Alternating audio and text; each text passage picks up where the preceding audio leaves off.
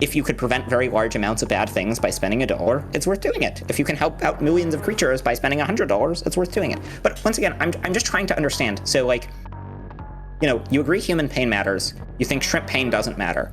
I'm trying to understand, what is it about shrimp that makes their pain not matter?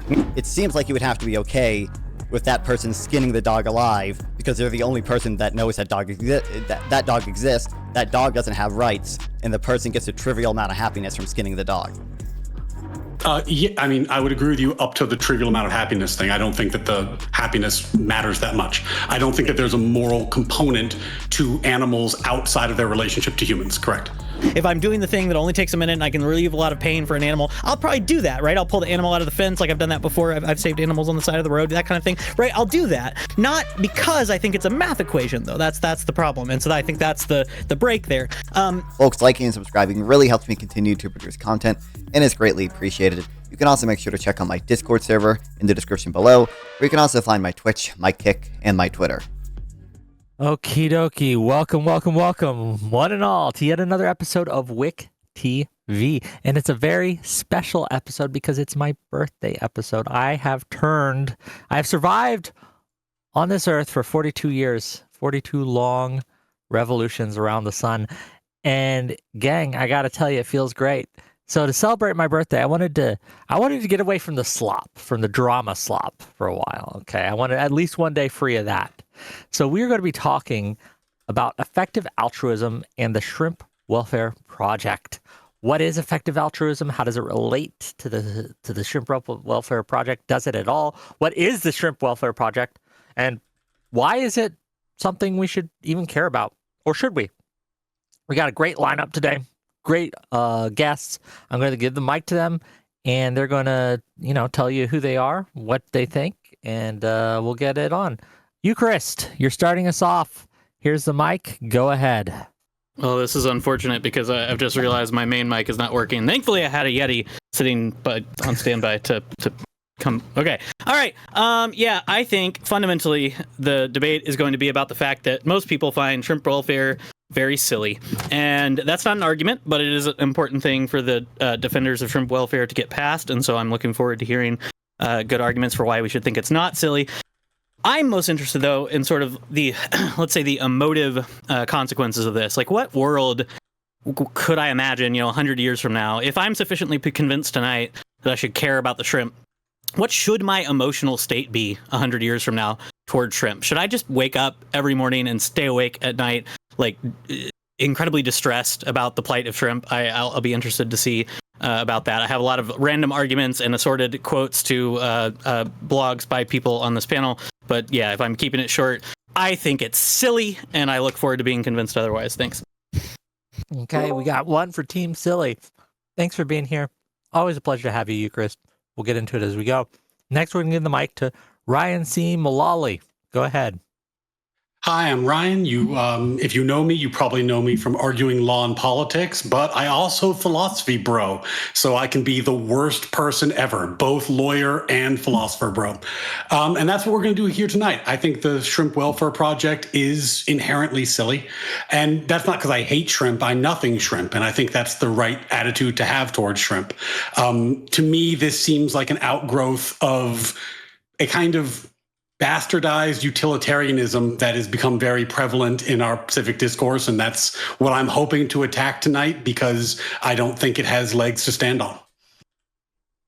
Okay, thank you for being here. We're going to see how many shrimp legs you can knock out tonight, and we'll get into it. Next up, the Shrimp Welfare Project's strongest defender that I've ever seen, Non-Pun. Go ahead. You can't say that with Matthew in the room. Goddamn. Fair enough. Yeah, I'm not fun. Usually I stream more about like economics and politics generally. So with regards to the Shrimp Welfare Project, I think like as long as you accept that we should have at least some minimum consideration for the suffering of animals, and that the Shrimp Welfare Project is just really effective at reducing shrimp suffering, like you should think it's at least a good charity to donate to, even if you don't think we have any like obligation to donate to it, right? And with regards to effective altruism more general, I think, the sort of broadest definition of it is like almost obviously true. Like insofar as you have an obligation or it's even just a good thing to act charitably, you should probably try to maximize the sort of returns that you get from doing that. And I think the Shrimp Welfare Project is a really good way to do that. Okay, thank you for being here. Really appreciate you. Next up, first time guest on my channel, hopefully not last. We'll see how this goes. We got Matthew here. Go ahead, Matthew. Tell people who you are, what you do, and what are your thoughts?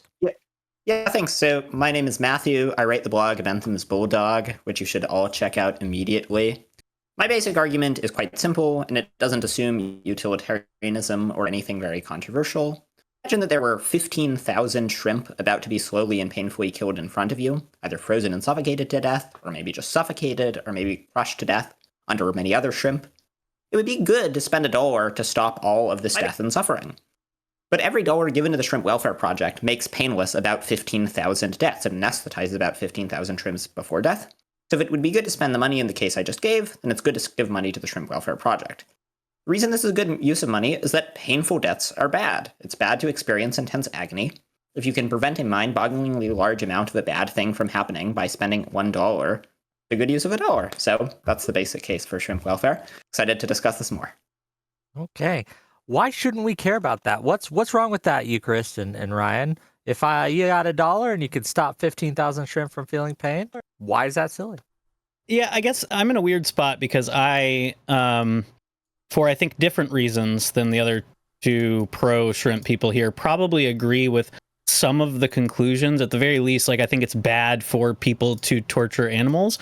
And so that's, the people who are torturing shrimp are doing a bad thing. Y'all can go read the Bentham's Bulldog Substack for some very vivid descriptions of what it's like to die as a shrimp. Doesn't sound super fun, right? So one of the main issues I run into mentally, ethically, morally, spiritually, whatever, is sort of the calculation to arrive at that conclusion that then brings with it some kinds of obligations or responsibilities, which is I have yet to be convinced. Even I love, by the way, I want to say, I love reading the Bentham's Bulldog Substack. He's right. You should check it out. And my favorite thing about it is that it really, really triggers Lyman Stone. It's really fun to watch him get real mad on the internet. So that's my favorite thing about it.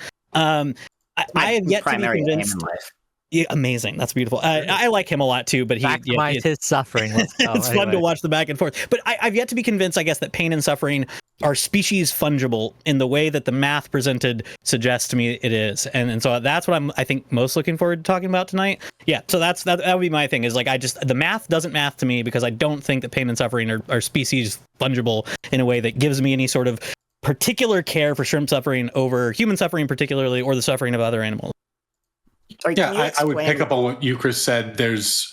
I think before you get into whether something is good and using the more technical sense that you ought to do it because it's a good thing to do, we would need to establish that shrimp have moral worth, that they are either moral agents or moral patients. And I don't think they're either. And, when I go in my backyard and there are ants that are irritating me, and I poison them with various pesticides, I'm not concerned about their welfare. It's not a thing that enters my mind, nor should it, because I don't think they have moral significance in that way. Now, there's different cases where people's relationships with animals can create a moral relationship and can create moral obligations. But in the abstract, I just don't think I have any. Now, if you're using the word good in a more colloquial sense, like, not in terms of moral obligation, but just like, okay, like there's a guy, he gave $1 to the Shrimp Welfare Project, thumbs up. Okay, sure. Like, I mean, I can, that could be emotively good or have some kind of warm fuzzy attached to it. But in terms of a moral prescription, I just don't think there's any moral obligation there. Yeah, I think. Go ahead, Matthew. So I think it's important to distinguish between the things that are morally obligatory and the things that are good. It's a good thing to do to call your mother on her birthday, but presumably it's not morally obligatory. The thing I want to convince you of is that this is a good use of spending money if you're interested in making the world a better place. This is one of the places that you should seriously consider. Now, Eucharist, you were suggesting that you weren't sure if the badness of pain was species fungible. I'm not sure if you were doubting that shrimp feel pain, or you were doubting that shrimp feel pain and that matters, or both. Probably the second of those three options. That I feel like I'm sufficiently convinced by the sorts of things you outline, like their apparent aversion to pain, their ability to get addicted to various substances when we offer to them all those sorts of things, fairly sufficiently convinced that they feel some kind of pain. The thing I need to be convinced of, I guess, is that I should care about shrimp pain as a sort of percentage unit of human pain, right? So yeah, if you want to go with that, there are other intuitions in the background here, but yeah. Sure. So I guess here's kind of my basic view on this. I think it's bad to feel intense pain. And if I think about why it's bad to feel intense pain, like if I think about times when I've been in really intense pain and I think about what's bad about it, when I'm like, oh, what's bad about having a really bad headache? The answer does not seem to be, well, I'm biologically Homo sapien, nor does the answer seem to be, well, I got a high SAT score or anything. It seems to be, it's bad because it hurts, It's bad to like feel really bad for an extended period of time. It's bad to slowly suffocate to death.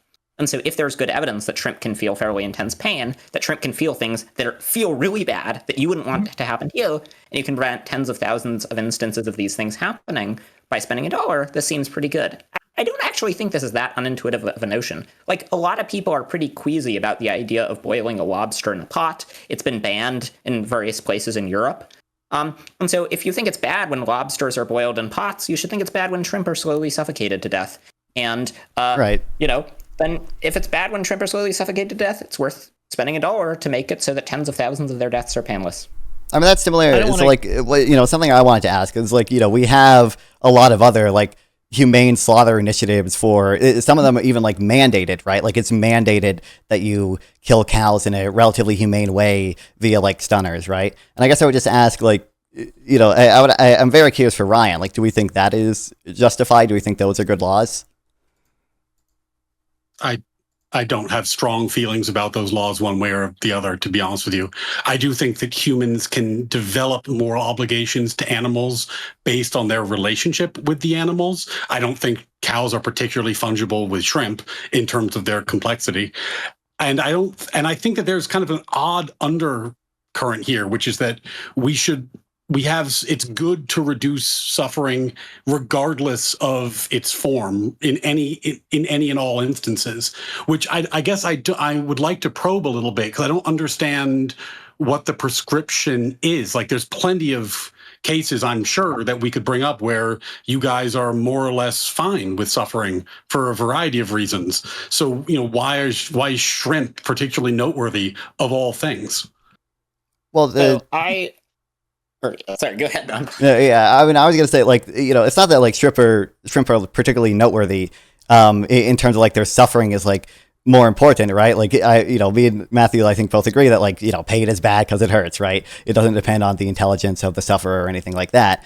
So the big thing with shrimp is just like the scale at which they are killed, right? And the sort of efficiency of the Shrimp Welfare Project at reducing that. So it's something. It's like 400 billion like farm shrimp are like killed every year, right? Like that's an insane scale. Even if you think shrimp suffer like relatively minor compared to any other animal, really, like that's because of this sheer scale, like the aggregate amount of suffering is really big, and because we can prevent that so cheaply, that is a like just generally really good thing to do. But I guess the scaling thing is a little bit odd to me because like if we were doing a suffering trolley problem, right? And on one side of the suffering trolley, it's not going to kill them. It's just going to hurt a lot, right? I had, my daughter and the trolley was going to stub her toe and she'd just be in pain, but she'd be fine. And on the other side, there'd be 15,000 shrimp who are really suffering because someone ripped out their eye stalks. This isn't a hard question for me. I'm going to avoid my daughter's suffering every single time because shrimp don't matter that much. And I just don't see how we're getting around that. Like the numbers can get big, but you still have to have some equivalency to human suffering in order for this to matter at all. Okay, I want to give it to Matthew. Go ahead. Presumably you agree that humans experiencing intense suffering is a bad thing. So I'm asking, what is it about shrimp that makes it so that their suffering is so morally insignificant compared to human suffering? Like when I think about what's bad about feeling intense pain, it seems like at least a big part of it is it's bad to feel intense pain because it feels bad. If there are other creatures who can also feel intense pain, and that shrimp can suffer intensely, at least with decent probability. I think that's very likely. We can talk about reasons to think that, but your view seems to be, even if they can suffer intensely, like that doesn't really matter. And so I'm just trying to understand, what is it about their pain that makes it so that their pain is tens of millions of times less significant than human pain? I mean, I think everybody goes through the world and makes value judgments about which things they're going to care about and which things they don't. I mean, I'm going to ask you, I think it's a question that I think is maybe rhetorical, because I can guess, but I assume you're not pro-life, right? I'm pretty uncertain about abortion. Okay. So if you're not pro-life, right? And I'm not saying you should be, but if you're not pro-life and you're very worried about whether shrimp feel suffering, but less worried about whether fetuses feel suffering, that strikes me as a bizarre state of affairs. Not because you must be pro-life, I'm not making that prescription, but because there's so much human suffering in the world, but we're choosing to focus on shrimp suffering because the number of shrimp are big. But the number of shrimp are big. The number of ants are big. Who gives a shit? There's a lot of species, there's a lot of animals that are very numerous. If you can convince me that bacteria feel pain, I wouldn't care about them feeling pain. I have no moral intuition that I should care. I also do boil my lobsters alive, if that helps. Okay, sorry. So just, well, actually, I mean, to address the abortion case, I think there's a big difference between the abortion case. Like, abortion raises all sorts of complicated ethical considerations involving bodily autonomy, involving whether the fetus is conscious in the first place. I think at the early stages, it's pretty clear that the fetus is not conscious. Now, if there was an analog of the Shrimp Welfare Project for abortion, like if there was a charitable organization that for every dollar would make painless 15,000 abortions, where like they would be painless for the fetus at the stage at which the fetus feels pain, then I would think that was like a really good charity, because I think it's bad to feel it's bad to feel really intense suffering. And I think that so if you could prevent very large amounts of bad things by spending $1, it's worth doing it. If you can help out millions of creatures by spending $100, it's worth doing it. But once again, I'm just trying to understand. So like, you agree human pain matters. You think shrimp pain doesn't matter. I'm trying to understand, what is it about shrimp that makes their pain not matter? Merely repeating that you don't think that shrimp pain matters doesn't, that doesn't answer the question.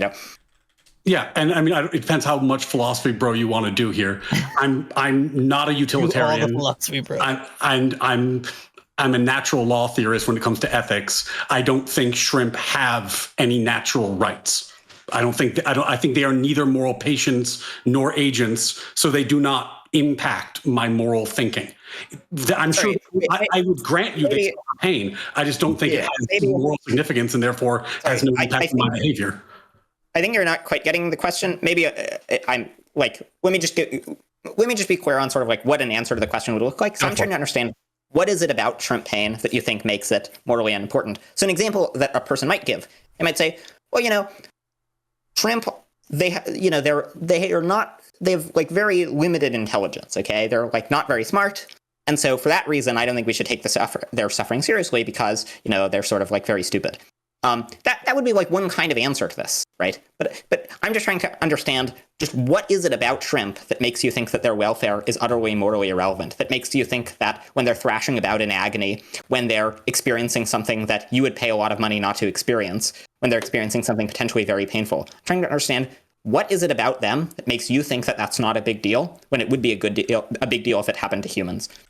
In the natural order of things, we occupy totally different places on the food chain. We have totally different levels of complexity. We have totally different levels of understanding. If you want to go the religious route, then there's that aspect as well. There's nothing about a shrimp that strikes me as them having moral significance. So I don't ascribe moral significance to every living thing merely because it is a living thing. You need a reason for that. And even if I was to adopt a utilitarian framework, right? And often when I do debate utilitarians, I'm debating secular humanists. And then when we talk about, within utilitarianism, we talk about human flourishing is their metric. Well, let's adopt that for a moment. Shrimp suffering does not impact human flourishing. It just doesn't. I'm not a metric that includes shrimp welfare to care about shrimp welfare. So I'm not a secular humanist. At least, I think animals matter. Maybe it'll depend on exactly how the term is defined. And while I am a utilitarian, the thing that I'm arguing here is much more modest than utilitarianism, and it certainly doesn't assume utilitarianism. Utilitarianism makes a whole range of very controversial claims, like pleasure and well-being of conscious creatures is the only thing that matters. I'm not committed to any of that. All I'm arguing is that if you can prevent very, very, very large amounts of intense suffering by spending very small amounts of money, that's a pretty good use. If you could prevent 150 lobsters from experiencing the pain of being boiled by spending a penny, it would be a good use. Now, you were trying to explain. So I was asking you what it was about shrimp that that makes you think that their welfare doesn't matter. You sort of you kind of gestured in a few different directions. You said, they occupy they're developmentally simpler. Now, I want to know in more detail, like what exactly what you mean by developmental simplicity. Is it just that they have like simpler brains with fewer neurons? Because presumably if we came across a human who could feel intense pain, but they had fewer neurons, you wouldn't say, oh, well, then they don't morally matter. So I just like if you're saying A matters but B doesn't matter, you should be able to point to some difference between A and B, where you say A matters because it has some property, but B doesn't have that property. I'll make it as simple as I can. I'm not worried about gazelle sufferings when lions kill them either. Like, they occupy a completely different part of the food chain. They are prey animals for our species. We kill them and eat them. I am largely uninterested in how they feel about that. Right. We need to know why. I'm quite clear that you don't think shrimp welfare matters, okay, and that you don't think that the welfare of a whole range of creatures matters. The thing that I'm trying to understand is, what is it about them that makes you think that their welfare is not morally important? It would be like, imagine I say, they are prey animals. Okay, there are prey animals. And by that you just mean that we in fact eat them? I mean, we are an animal that occupies a place in the food chain, and they are our prey animals. Their welfare is not our primary concern, except to the extent that we make it our concern, or it impacts other humans. So imagine a world where we had prey animals that were like these intelligent agents, right? They were like full-on agents. They were smart. They had the ability to reason in all sorts of ways. They had the ability to feel intense pain. Would it be okay to torture them or to inflict large amounts of suffering on them for trivial reasons just because they were our prey? What do you mean by okay? Do you mean like we have a moral obligation? Would it be morally all right? Yes. Okay. Sorry. Wait, real quick. Just to be clear. So I haven't sort of done it. I was just gonna say hold on, just real quick. I got to make a little money because my welfare is important. $5 from Zero Fucks to say happy birthday, Wick. Thank you. Also check Ryan's new video on originalism at his Natural Law with Ryan Mullally. Go check it out, gang. 10 Wick TV gift memberships from Libertarian Trap. Thank you. $20 from Malik to say happy birthday to my favorite Destiny apologist. I don't apologize for him. I attack him probably more than you do. 50 gift memberships from JMac. Thank you. 50. And then $50 from AKA Batozai to say happy birthday to you from me. So I guess a question to you guys on the Shrimp Welfare Project end. Well, have they done anything morally wrong by not giving that money to shrimp? Can I answer? How many can I just ask? Have saved with that money? Can I ask Ryan one question first before we go around and answer that? Yeah. Ryan, it feels like, I guess I don't know exactly what you mean by food chain, but it feels like you would reject this argument if some, hyper intelligent alien civilization came down and said, well, we clearly occupy a higher place in the food chain than you, so we're not going to have any moral consideration for any humans, and we're simply going to enslave and eat them, right? That'd be think you would reject that. I mean, my ethics is human dependent. So in an alien attack situation, I'm on team human. They might not be. That's the way that these relationships work.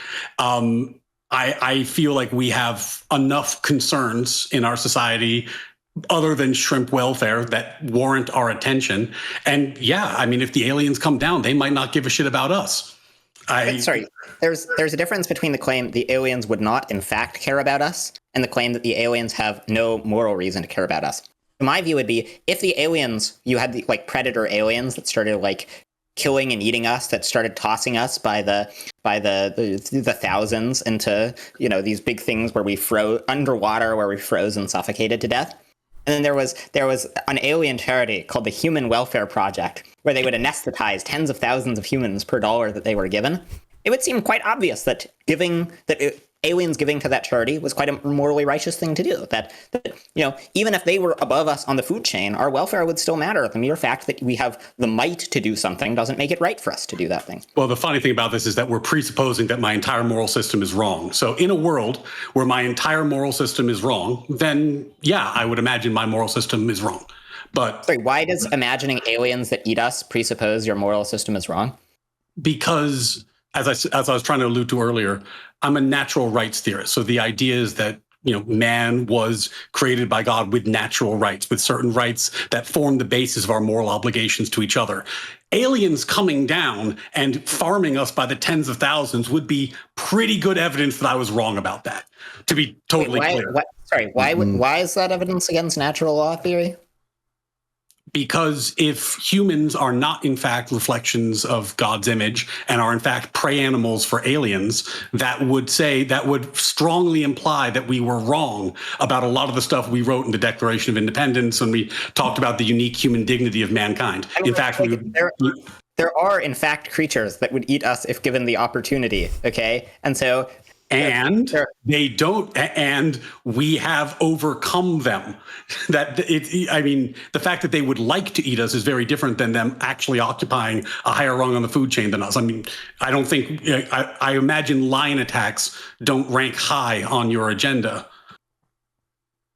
No, but I guess, well, so I don't agree.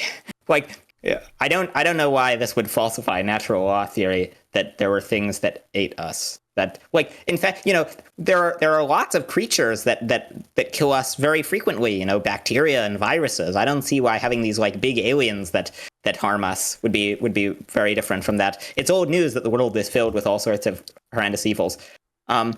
You don't see why a more advanced species coming here and displacing us as the dominant species on Earth with their superior technology and intellect would maybe have an issue with the fact that we are, in fact, in some way made in God's image. That wouldn't strike you as a problem? Because I don't think that when us being made in God's image has much to do with where we're situated in the food chain. Presumably, when we're, you know, us being made in God's image doesn't mean that we eat other things, but they don't eat us. It has something to do with what the sorts of creatures we are. That we're creatures that are capable of rationality. I mean, you know, I'm not a Christian, so right, you know, there will be different interpretations of this. But I don't know, that seems like an utterly bizarre way of reading the made in the image of God bit. Right, and also, I mean, it kind of feels like hearing you, Chris, too. Go ahead. Yeah, right. I don't know. It kind of feels like you've shifted again to just you know, and not that this wasn't your original position, but you kind of let it, you know, said that the food chain was the thing that was responsible. But now it seems like you've just shifted to saying, you know, it's basically solely whether you're made in the image of God is what, you know, grants you moral consideration or not. Right. And I think that's what I'm saying is that whether or not you grant a moral agent or a moral patient moral consideration is a result of your moral system. If you are, and I gave the example earlier, a secular humanist, and your metric is utilitarianism through the lens of human flourishing, a shrimp is not a human. They don't count. They don't add up in the equation. So you wouldn't care about shrimp welfare. If you're a natural law theorist, shrimp don't factor in the way that you would like them to. In order to care about shrimp, you have to be specifically somebody who is tabbing up, i.e. a utilitarian, units of suffering, and somebody who thinks that shrimp suffering is worth tabbing up. The question you might ask yourself is, yes, it's only $1. Wick also bought a Coke for $1. I don't know what it cost Wick. I'm assuming it's $1 for this example. And by drinking that Coke, he got some units of pleasure. So the question is whether the units of pleasure Wick is receiving by drinking this Coke outweigh the suffering of 15,000 shrimp. The fact that Wick is drinking the Coke implies to me that Wick thinks the Coke is better than the shrimp, and I think he's right. Well, sorry, I will just note, the argument absolutely does not require you to be a utilitarian. I mean, for example, I wrote a blog post on this subject, and it convinced Mike Humer who's one of the big opponents of utilitarianism, to give $1,000 to the Shrimp Welfare Project. He's a libertarian, deontologist, philosopher. The argument, so utilitarianism is controversial because it says that well-being is the only thing that matters, that we have no constraints on the pursuit of well-being, nobody has any rights, and we should just try to maximize well-being. The thing that the shrimp welfare case is orders of magnitude less controversial, okay? The shrimp welfare case, the basic argument is just, it's bad to experience really intense suffering, and you should prevent tons and tons of bad stuff if you can do it at very minimal cost. So it definitely does not require utilitarianism. I guess my question, though, to you guys, and I want to hand it over to you, Chris, but again, it comes at an opportunity cost. If someone were to donate any amount of money, whether it be $1,000, whether it be $1, whether it be 50 cents, what have you, to this project, they are necessarily not spending that money in other places, right? Whether they buy 1,000 Cokes or whatever, or whether they donate to perhaps homeless shelters or other projects that will alleviate human suffering. So why should I forego donating to a cause that alleviates human suffering, even though it would alleviate much less, to alleviate millions of shrimp suffering?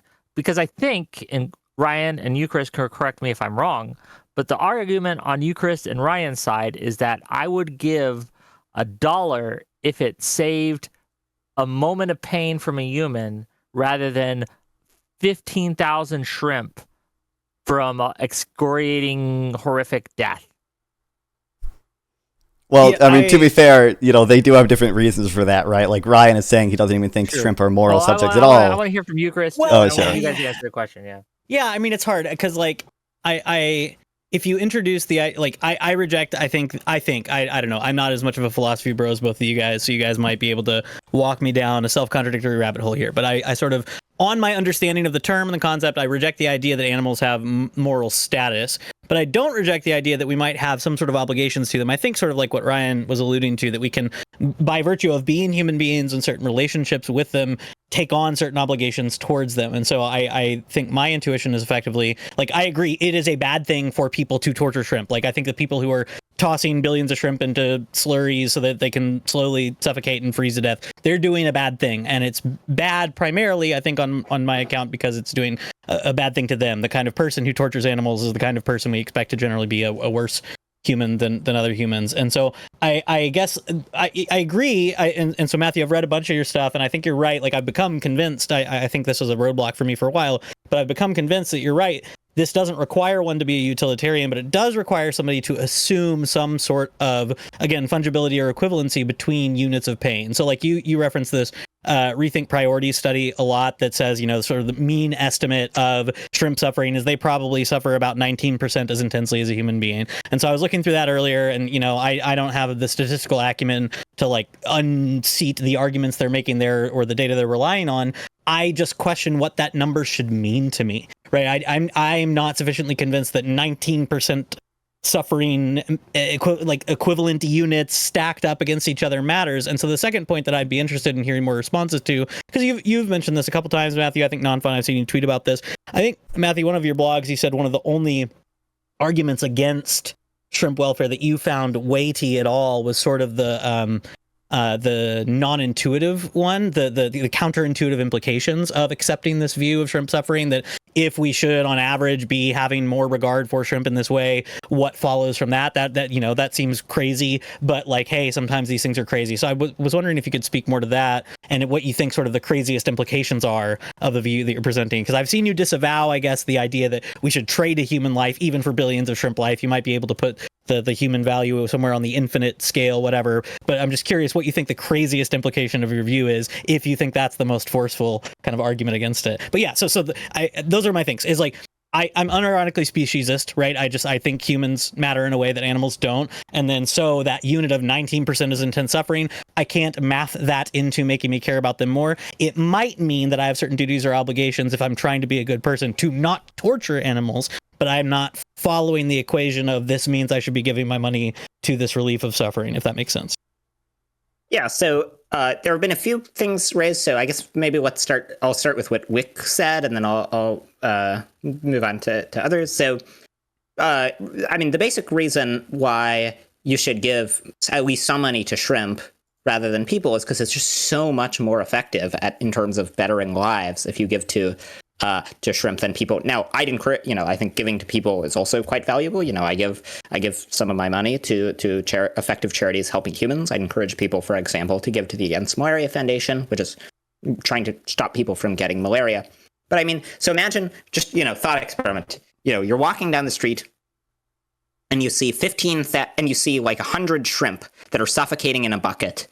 And if you walk over and spend a minute, you can just pour them from the bucket into a body of water so they don't die. So by spending a minute, you can save 100 shrimp from painful death. Well, I think you should do that. I think you should do that not just because of the effect it would have on you, but because of the effect it would have on the shrimp. Like it's bad that they're like slowly suffocating to death in a barrel. But if you think it's worth spending a minute to save 100 shrimp, well, every dollar. So that means that you value averting the painful deaths of 100 shrimp at about at least a minute per 100 shrimp. Okay, so that means you value shrimp at least 6,000 per hour. And if in an hour you earn at least $4, then by donating it you can save about 6,000 shrimp from a painful death. So basically, like based on any sort of plausible weighting of how much people, like just on any view that implies that we should care about shrimp enough to like help them out, help hundreds of them by spending a minute, will also imply that it's good to give at least some amount of money to the Shrimp Welfare Project. Or like, if there was if there were 15,000 shrimp that were about to be tortured to death, and there was a machine that was going to stun them, but it was broken, and you could fix it by just like slotting in $1. Even if you were on your way to give that $1 to charity, like it would still seem like, spend that $1. It's a valid, you're averting so much bad stuff from happening. The thing I don't like about this argument is that it tallies up suffering, without resolving the species, let's call it the species coefficient. Like, even if we assume that shrimp suffering matters for the sake of argument, there would be some kind of multiplier on it that you would have to use if you were going to compare it to anything else, units of pleasure, other things you could be doing, other suffering you could be preventing. And if you break it down to a tiny, tiny unit of time or a tiny amount of giving, you could do that for literally anything. Should I prevent ant suffering? Should I prevent shrimp suffering? Should I water the plants so maybe they feel some infinitesimal amount of suffering? Should I be donating some time to a stray dog help project? Should I? There's an infinite number of things that we could be doing, but what we have to do is actually have trade-offs between our time and our efforts and our money, and prioritize the things that matter to us. So the large number of shrimp doesn't speak to me very much because I just don't understand what the shrimp coefficient would be. And I think it would have to be, if not zero, approaching zero of all the things that I could care about in the course of my life. Okay. Go ahead, respond, and then I wanted to read some more super chats. Thank you for the money, and give it to you, Chris. So I think people tend to think that, like, I think the evidence for shrimp sentience is somewhat better than the evidence for ant sentience, and people tend to think ants aren't very sentient. If it turned out that like ants were super sentient and suffered intensely, then yeah, like if you could say help out tens of thousands of ants by spending $1, like that would seem pretty good. Now regarding your point, Eucharist, about like what the kind of ratio is. So I guess my basic view. So my view is, I think how bad it is to suffer doesn't depend on your species. Like when I think about what's bad about being in intense pain, when I think about what would make it bad if I were in intense pain, the right account would seem to have nothing to do with like the fact that I'm biologically Homo sapien. Maybe me being biologically Homo sapien would affect how much I suffer. I just think about what's bad about like being tortured or having a really, really bad headache. It seems just very odd to think that the reason why that's bad wouldn't have to do with how it feels, but instead would have to do with the fact that I'm biologically Homo sapien or with my cognitive capacity. So I think that pain is just as bad no matter what your species is. Now, even if you think pain is like vastly worse if you're a human, which I struggle to see a convincing argument for why that would be. But even if you think pain is vastly worse if you're a human, I mean, in expectation, it looks like giving $1 to the Shrimp Welfare Project, by pretty conservative estimates, prevents about as much suffering as preventing 3,000 painful human deaths. If you buy the Rethink Priorities estimate, that shrimp experience suffering that 19% as intensely as people. And so then even if you think that like pain experienced by shrimp is only 1/1000th as bad as an equivalent amount of pain experienced by humans, Or even if you think there's only like a 1% chance that a view on which it's 10% as bad is true. Like just even if you think an expectation it's only 1/1000th is bad, it still means that like every 33 cents given to the Shrimp Welfare Project is about as valuable as averting a painful death. So I think this is like a good, you can like just given how effective it is, unless you think that shrimp's interests matter for literally zero, you end up getting the result that giving to the Shrimp Welfare Project is very valuable. Yeah, that was basically exactly what I was going to say. But I do want to add on, like, certainly, like, even if you think, shrimp units are a unit of suffering for a shrimp is like not as important as a unit of suffering for a human, because of how effective the Shrimp Welfare Project is, it's probably still better than like the median charity or like the average charity, or at least the average like non-effective altruist focused charity, right? So certainly, like, it's not something that you should get. I'm not saying you guys have done this, but it's not something that you should be criticized for donating for under that view, right? It'd be about the same as donating to any other charity. I'm sorry. This strikes me as and by the way, like in the abstract, setting aside shrimp, the concept of effective altruism, I think is great. Like I think we should prioritize things that work better than things that don't. But the logic of what you're saying would imply that if I had a sufficiently high shrimp coefficient and I have $1 to decide whether I'm going to give to the cancer kids at St. Jude's or the shrimp, I should do some kind of mathematical equation and come out with, oh, well, it does help enough shrimp. It turns out that is preventing that suffering is better than preventing the cancer kids suffering because I've mathed it out right. And I think that's absurd. Look, I I just think we're obviously biased against shrimp, where like, I mean, there are just all sorts of reasons not to trust our direct intuition about how much shrimp matter. Shrimp are kind of small and weird looking. We don't naturally have any empathy for them. So I don't think that we should trust our direct, like it shouldn't be that your main argument against shrimp mattering is, well, it just seems weird that shrimp matter. And then Matt, it's not that. It's that in the course of this conversation, when I asked you about abortion, that's very complicated and a tricky one with a lot of factors. But it's clear that fetuses at late stages or even moderate stages feel pain when aborted. There's no question about that. That's a complicated question. When we talked about weighing cancer kids versus weighing buckets of shrimp, that was there's a math there and people should really lean into the math. These aren't complicated questions. You help the kid. But that's the conclusion, right? Your conclusion is that humans matter categorically more than non-humans. We should help humans more than non-humans. And what is the argument for that other than it just seems intuitive? I think that the burden of proof is definitely not on me to prove that humans and shrimp have any kind of moral equivalency. I think that the entire scope of human history is full of us not giving a shit about how shrimp feel, and that we were correct to do so. And furthermore, the best evidence of the fact that we shouldn't worry too much about shrimp is exactly what I said at the beginning, that they are our prey species, and we do not need to engage in undue empathetic worry about our prey. That isn't how life works. And even if we did want to care about it, there's always a trade-off between resources and what we're doing. And there's no reason for me to think that the coefficient that I would attach to shrimp suffering in any way justifies any number of shrimp suffering, meaning that it should change my behavior. For example, if I came up with a delicious shrimp recipe, if I came up with a recipe that was great, it was the most delicious shrimp recipe, but it required that I boil them alive or barbecue them alive in order to prepare it. But it made a lot of people very happy because my shrimp recipe was so delicious. I think I'm doing a good thing because the value of shrimp suffering is so low that it just doesn't factor in. And there would need to be a reason to think that it doesn't. Okay. Before you respond, and I'm going to let you respond, I do need to make a little money. $10 from XVN232 to say, happy birthday, Wick. Stand B on the old bird side. Thank you. $20 from JMac to say, out of all the animals, why the hell did you choose shrimp? Is it because they're super tasty? I mean, just seems like you want the notoriety for choosing such an outlandish cause, which is definitely a strategy. So you do you. $5. It's because you can help 15,000 of them by spending $1, and the same is not true of other species.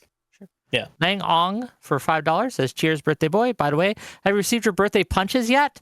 I have received my birthday death threats. Okay. We are up to, we are way past the 42 mark. So Yeah. If you saw the panel this week, you know why. Good work, by the way. True. That was theater, buddy. Thank you. $20 from JMac to say, also want to add that we should try to reduce the suffering of the animals we consume. Also, happy birthday, Wick. Thank you. $5 from Audacity to say shrimps don't have enough cortex development to even experience suffering. Their brains and nervous system is more akin to logic circuits than a brain. And then finally, £5 from Jacob Buckingham, the most British name I've ever fucking heard. Morals are emotions. Attempting to explain or quantify them with numbers is a non-starter. Okay, with that, Mike to Matthew, and then we're going to go to you, Trist, after that. Go ahead. Okay, so I have given an argument for why we should care about shrimp, and the argument I think is relatively straightforward and appeals to very modest premises. It's bad to feel intense agony. If we reflect on why it's bad to feel intense agony, it does not seem to have to do with either species, nor does it seem to have to do with cognitive developments. Like the fact that your pain is bad doesn't seem to have to do with the fact that you're Homo sapien. So far as I can tell, there have been kind of a few basic objections. One of them is just a question like, why take seriously the welfare of other animals?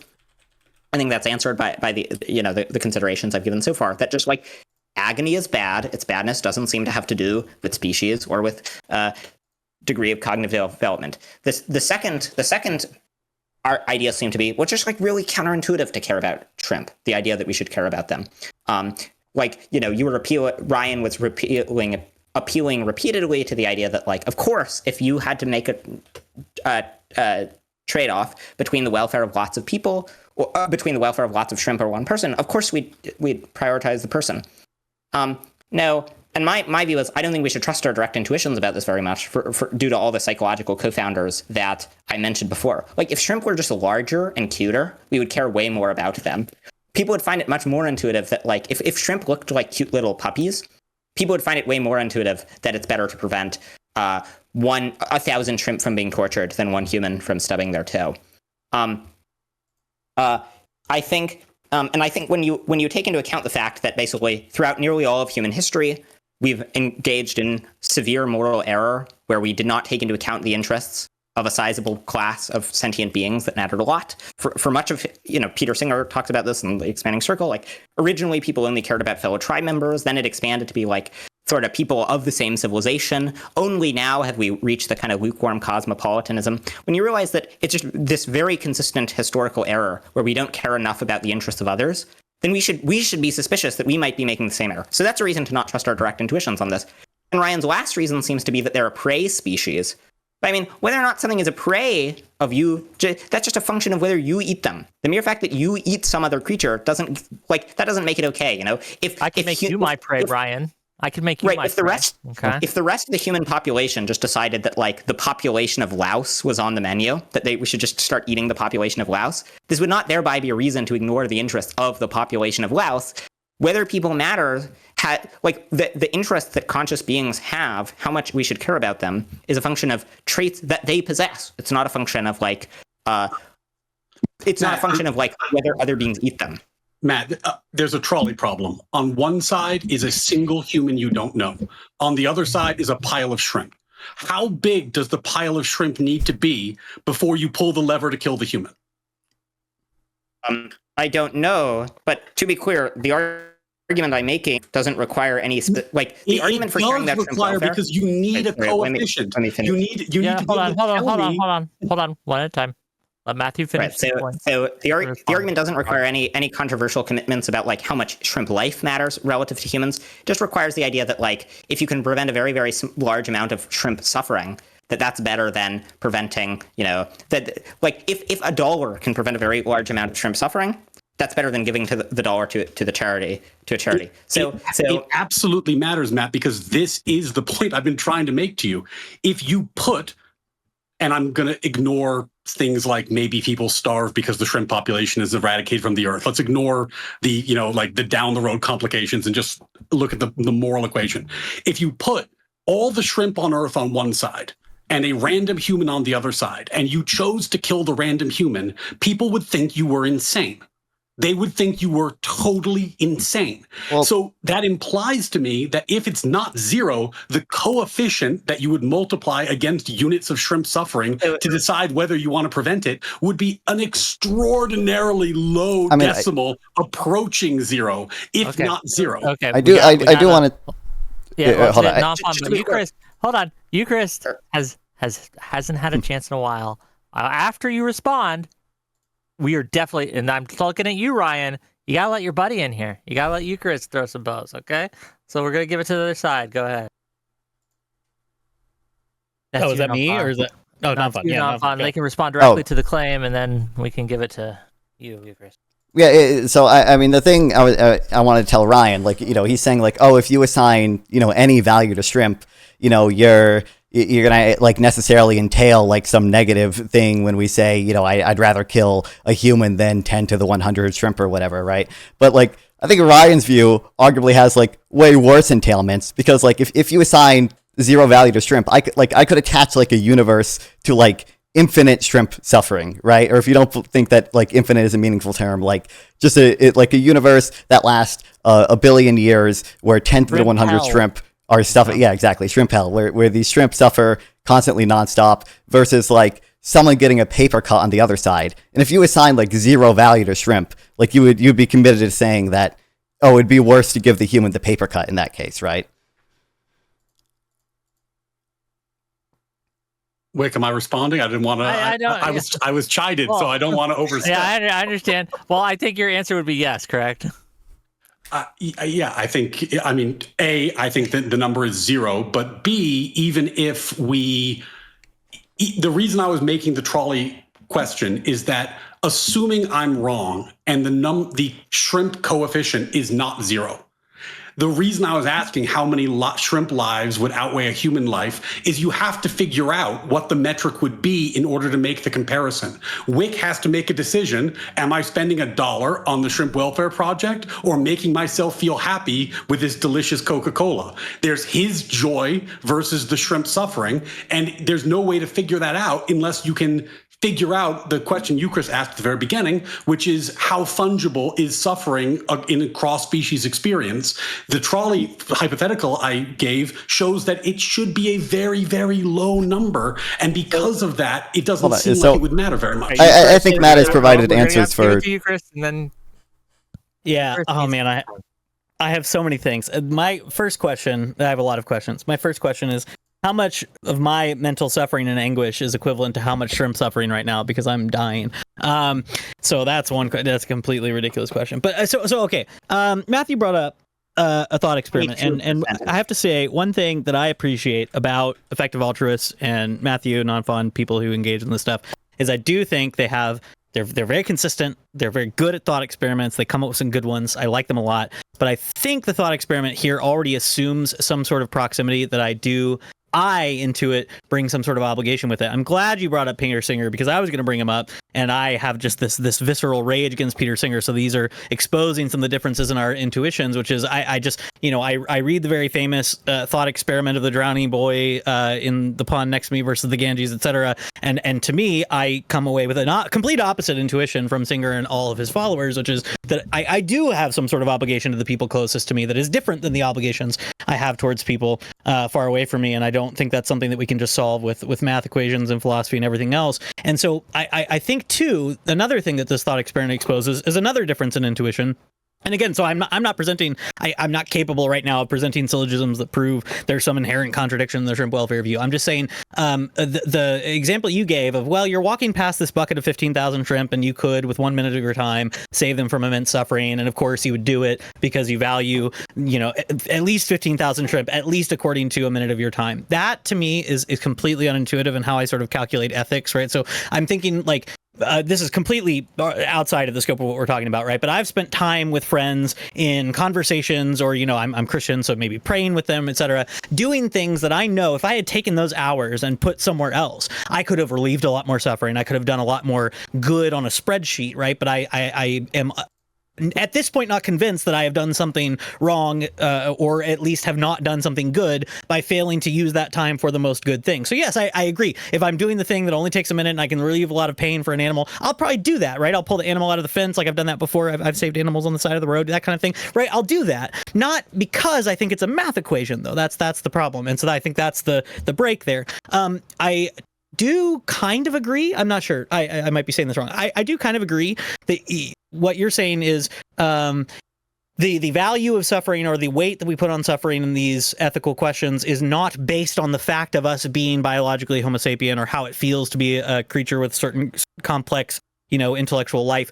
I kind of agree, but also you're saying it's just like the pain is bad, and if I were a shrimp, the pain would be bad too. I guess so I'm combining, I think, like Hegelian and Aristotelian intuitions, where it's like, I just don't know what it's like to be a shrimp, and I just don't know what it's like to be a bat, but I do know what it's like to be a human being, and I know that I care about human suffering, and so that's sort of like foremost in my hierarchy. Now, that doesn't mean that I don't think it's bad to torture animals. That means I could think it's bad for other reasons. And so, yeah, I think Ryan and I might have some different disagreements, but the one thing we definitely do agree on, I think, is that I don't think that pain is calculable in the abstract like this. And I don't think it's calculable because I don't know what it's like to be a shrimp. I can say the people who are torturing them are doing bad things. I can maybe look for more ethical shrimp producers when I go to eat shrimp. I might cut shrimp out of my diet because I think the people producing shrimp are doing bad things. But like the chain of argument I don't think they left is the message as clear to me. I'm not making my point very well. But that's it's been 20 minutes since I talked, so there's a lot of things to respond to. But that's what I've got for now. So maybe I'll come up with something more coherent later. Matthew and Non-Fun, your turn.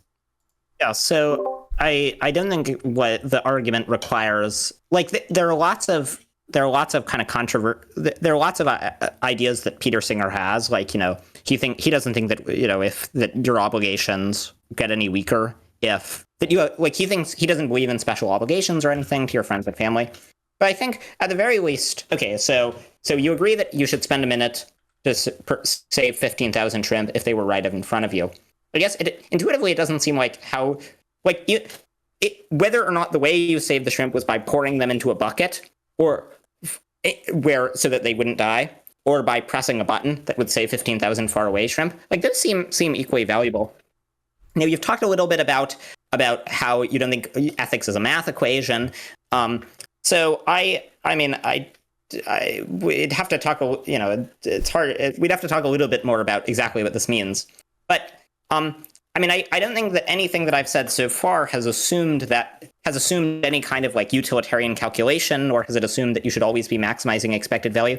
My idea is just like, it's bad when creatures suffer and die. And so if you can prevent very large amounts of it at very small cost, I'm not suggesting that this is the only thing that you should do with your life. I'm not suggesting that you have to become some like hyper utilitarian robot. But I'm saying, like, if one day you give $100 to the Shrimp Welfare Project and then you just never think about it again, there will be 1.5 million fewer creatures experiencing slow and painful deaths because of you. And so this it seems like a valuable thing to do. Now, regarding Ryan's me. Why, this is where the argument's failing to me. Why do that over giving me $100? Because giving you $100 does not say that gives you some benefit, and that's good. The marginal benefit's a lot smaller.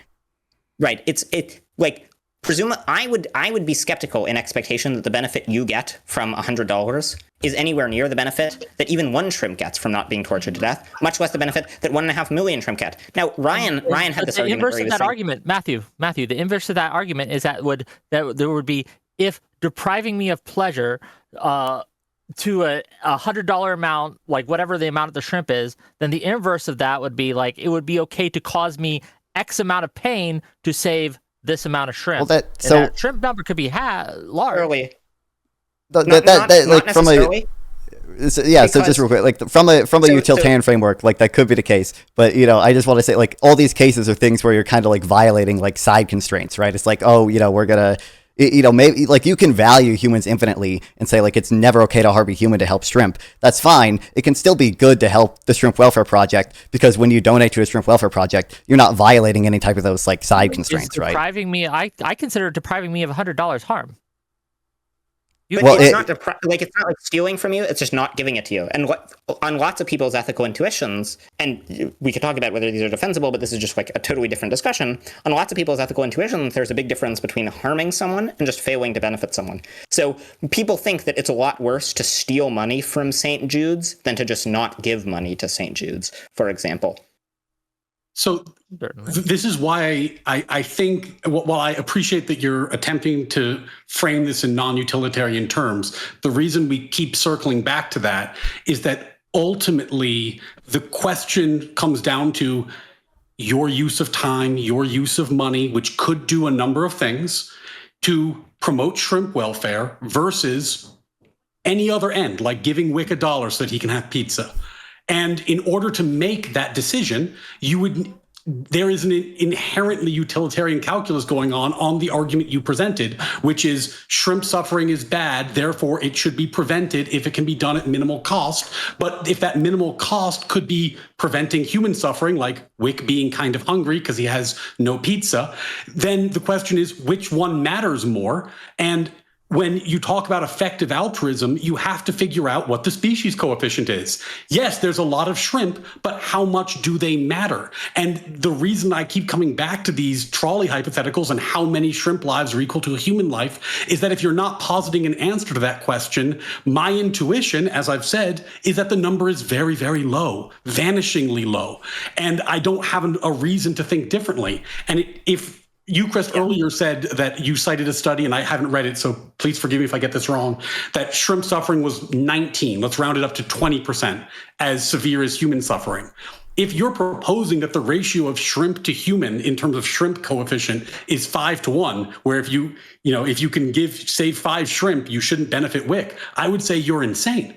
Like that clearly is too high a number. But there has to be a number because your argument is presupposing that we can tabulate suffering and make decisions on the basis of how much there is. I do have haters that would say that you're wrong and that they should torture me to save even one shrimp. Yeah, actually, the equation is reversed in the case of Wick. He's actually worth about a fifth as much as a shrimp. So true, but I do want to read some. Oh, sorry, go ahead. Yeah, read some super chats. Sorry, because you won't deprive me of my $100.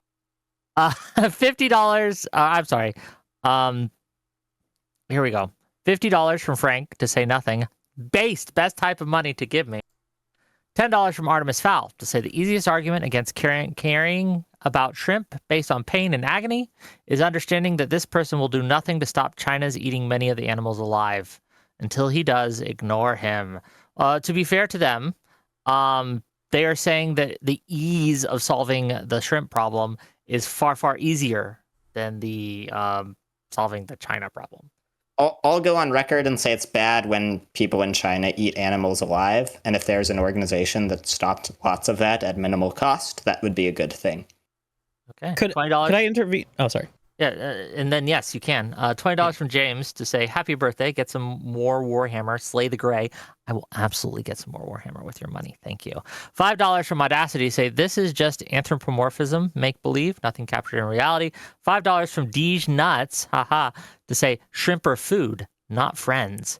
Exponential multiplication of 0 is still 0. And then $10 from Artemis Fowl to say, can someone ask the shrimp simp to not commit physical hygiene from now on, as he would save untold trillions of organisms from a horrific death. This will promote bacteria welfare and is utilitarian. Thank you for the $10. Okay, Eucharist, and then we can... Bacteria aren't conscious. Sorry. I want to... Oh, good. Sorry, I do want to just address the trolley problem thing that Ryan's been bringing up a lot. So, first of all, in order to say that, you don't actually have to know the exact ratio.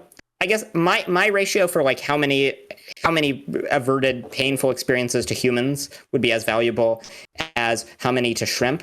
I don't know, a few hundred seems like a pretty conservative number. If you could either prevent 400 shrimp from stubbing their toe, or 400 people shrimp don't have toes, but from the equivalent of stubbing their toe, or one person, I'd say, that seems like a pretty reasonable and conservative estimate of where it would start to be neutral. I agree that this is unintuitive, at least to some degree, but I don't think our intuitions are that consistent here. And once again, for the reasons I described, I don't think that our intuitions are that trustworthy for all sorts of methodological reasons that I gave earlier. I mean, one bias, for example, humans suffer from a bias called scope neglect, where when numbers get big, our intuitive gauge of them gets very murky. Humans will pay roughly the same amount to save 200 birds as to save 20,000 birds, as to save 200,000 birds.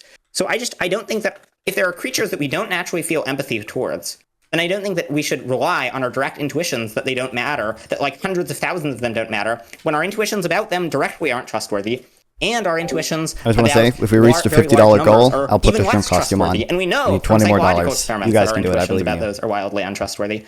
There was some other point I wanted to respond to, but I don't remember what it is. So just to be clear, because I want to make sure I understood what you said before I lean too heavily on it. If you're saying that if there was a choice between preventing somebody, and in your articles, one of the things you talk about is that shrimp farmers will sometimes remove the eye stalks of female shrimp to increase fertility so that they have more offspring, so that they can have more shrimp in the farm.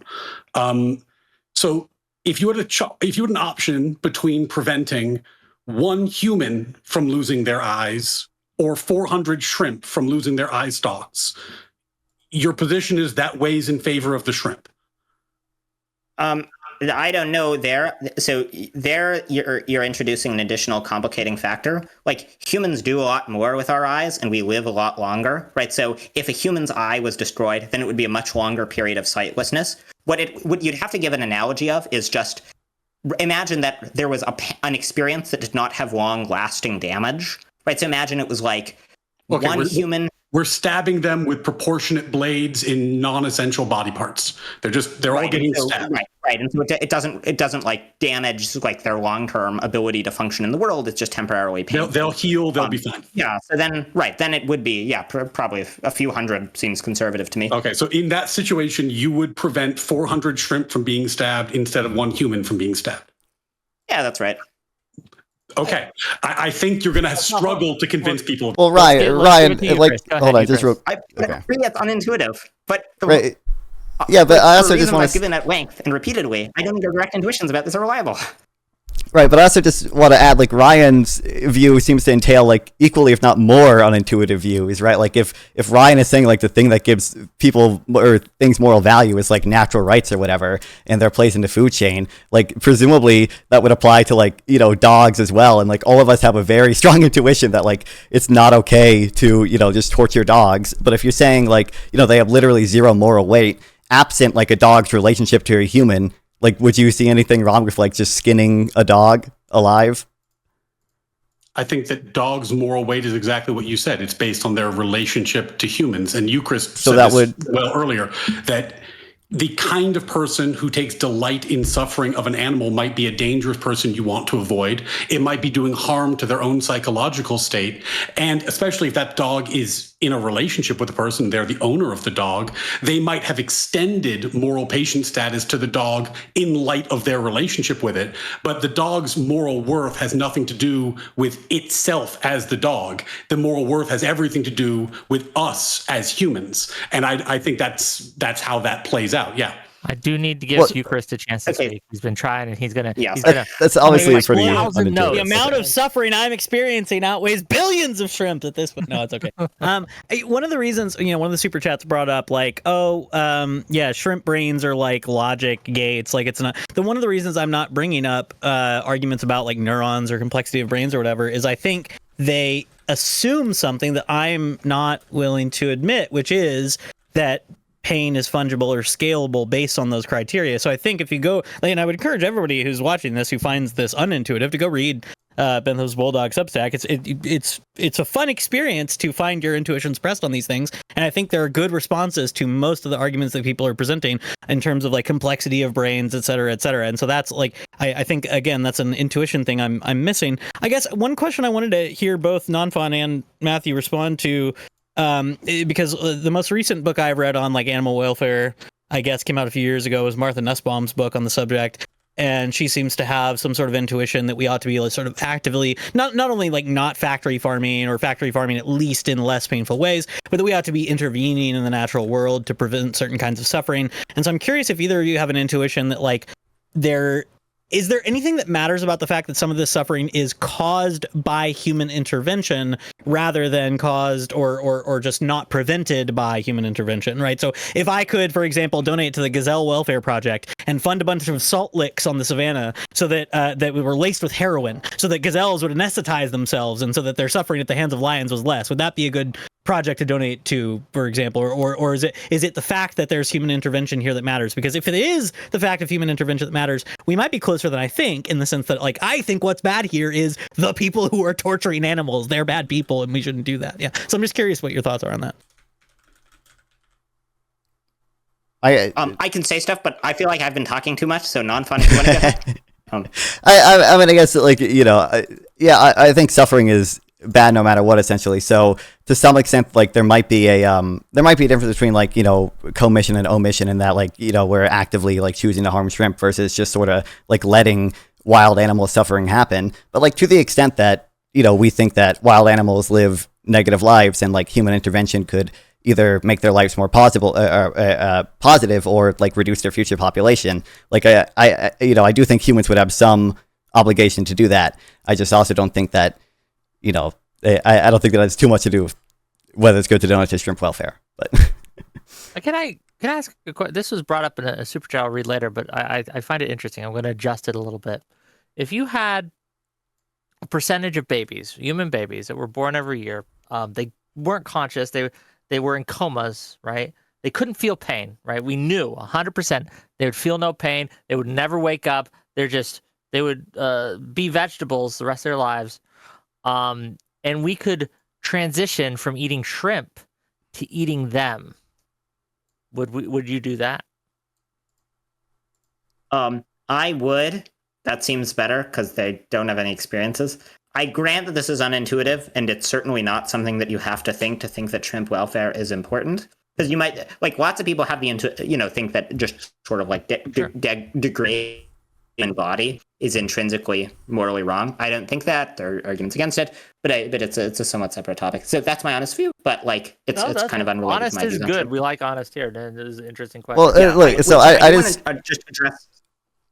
Hold on. I just want to be, like, ultra clear. Okay, there's been like 3 or 4 times where, like, you know, people bring up, like, oh, like, your view, like, you know, entails this unintuitive thing. But, like, if I'm not, like, misunderstanding Ryan, if animal suffering only matters because, like, humans have a relationship with them, like, if someone got like eating a chocolate bar's worth of happiness from skinning a dog alive, and that dog wasn't related to any other human, it seems like Ryan would have to be okay with that, which is very unintuitive. Wait, no, I mean, if we assume some sort of, like, harm to the person from the experience of torturing, like, then I don't know that follows necessarily. No, we're saying that, also, like, because I want to keep saying this, Ryan is not a utilitarian. What I'm doing is adopting a utilitarian framework for the purpose of critiquing your position, because it inherently relies on summing harms and good benefits. Oh, we lost him.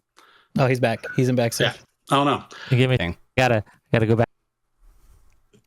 No, the point I'm making, just to shrimp gotcha, buddy. Okay, sorry. Are you back? The shrimp mafia. Oh no. To cut through the philosophy, bro. My audio disconnected for a second. Oh, I'm sorry, but he's back now, gang. Okay, sorry about that, Ryan. Finish your point, please.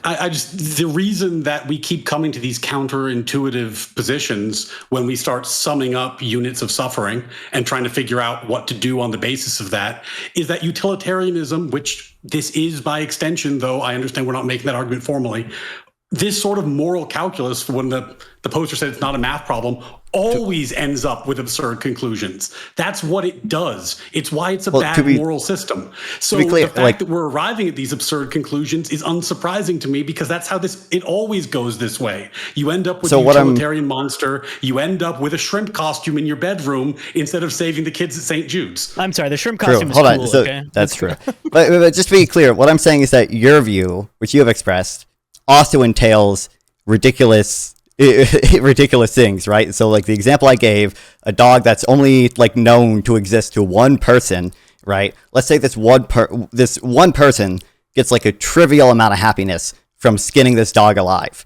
Because you only believe animals have value in relation to their relationship with humans, it seems like you would have to be okay with that person skinning the dog alive because they're the only person that knows that dog that dog exists. That dog doesn't have rights, and the person gets a trivial amount of happiness from skinning the dog.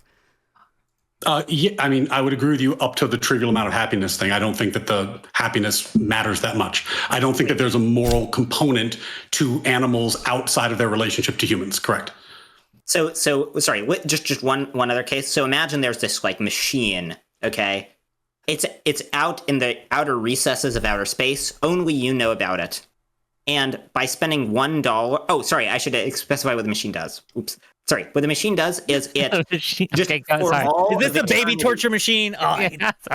For all of eternity, it just like drops every second. It drops like 10 billion dogs into a pit of fire where they slowly roast to death. They're like shrieking in agony and like trying to escape. And you can shut down this machine for $1. You're the only person who knows about it. No one else will know about it. Let's say your memory of it will be wiped in 5 minutes, so it certainly won't have any long-term degradative effects on your character. Is your view that you shouldn't spend the money on that because you should give it to St. Jude's? No, I mean, A, yes, but B, I think that That doesn't sound like a no. That sounds like a yes. I don't think I have a moral obligation in either case. But on my view, but in my obligation to the hypothetical puppy killing machine is zero. I don't think I have any obligation. This is not my situation. Has no connection to me. No. I mean, I just think like that's kind of crazy, you know, because I think it's bad to be in excruciating agony, and if you can prevent a very, very large amount of bad stuff from happening at small cost, you should do so. I want to address something Eucharist said earlier. Go ahead. And by the way, to Ryan, if your position entails that, then I don't think you get on your high horse and talk about how unintuitive our position is when you don't think anyone has even remotely strong moral reasons to stop the endless dog torture machine. But I want to respond. Whoa, hold on. You have taken the position that fetus suffering is too complicated to talk about, and that 400 shrimp being stabbed is more important in moral significance than one person being stabbed. And your concern is that in a hypothetical space machine that kills puppies, that now can be counterintuitive. No, I'm not going to stop because he left. That's a fucking ridiculous point. He got his. Sorry, my mic keeps disconnecting for some reason. I didn't know why it's doing that, but sorry about that. I don't know what's going on either. Look, this has been like a years-long Discord thing where just sometimes my mic randomly disconnects and then I have to leave and rejoin. It's very annoying. But, we need to get to a microphone welfare project for you. And for the record, just because project to donate to Matthew to make sure that he can have a better audio connection. So yeah. Anyway, and look, I'm not saying people shouldn't donate to the Shrimp Welfare Project. If it makes people happy, if they want to do it, if it makes them feel good, they should do it. I'm merely pointing out that the equivalencies that are being drawn here are not just counterintuitive, they are bordering on insane. And I think that when you start adding up suffering in the way that you're doing, this is the outcome you get. This is why people hate utilitarianism, because it leads to these insane conclusions when anybody who looks at the human species would say, you know what? These are our prey animals. Our job is not to take care of their well-being. Our job is to eat them. Okay, I want to give it to Matthew again, who had a question for Eucharist. Go ahead, Matthew. Can you all hear it? Oh, okay, you can. Cool. We can. So I thought it had disconnected again. Very nice. Sorry. Oh, no. So, I guess I find the idea that it's not a good use of $1 to shut off the infinite dog torture machine to be way more counterintuitive than the stuff that I've said. I think the stuff I've said, I don't actually think it's counterintuitive. Like, it sort of sounds weird when you hear it. But when you really just think about what it's like to be a shrimp, you think about like just these creatures who can plausibly feel intense pain, just like experiencing really terrible experiences that are like the experiences that you or I would experience when we're in intense pain. It doesn't seem at all counterintuitive that that's really significant. And I think the reason why we don't think that that's significant is just kind of like flagrant bias against shrimp because they're small and look weird. If they were cute, then I don't think we would feel that way. I want to address what Eucharist said earlier because he says, we're not really sure exactly what it's like to be a shrimp. Like, we don't know. I agree we have some amount of uncertainty. It's possible shrimp aren't even conscious.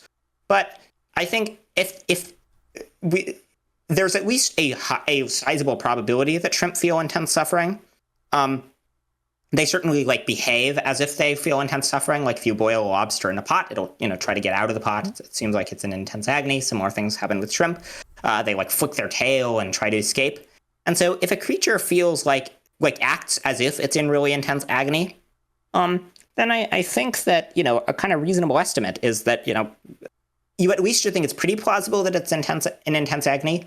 And even if you have some uncertainty about it, an action that has a 50% chance of preventing 15,000 beings from experiencing prolonged intense agony is a very valuable action. So uncertainty isn't enough to make it so that we don't act. We always have uncertainty about how much good our actions do, but nonetheless, it's worth acting even given some uncertainty.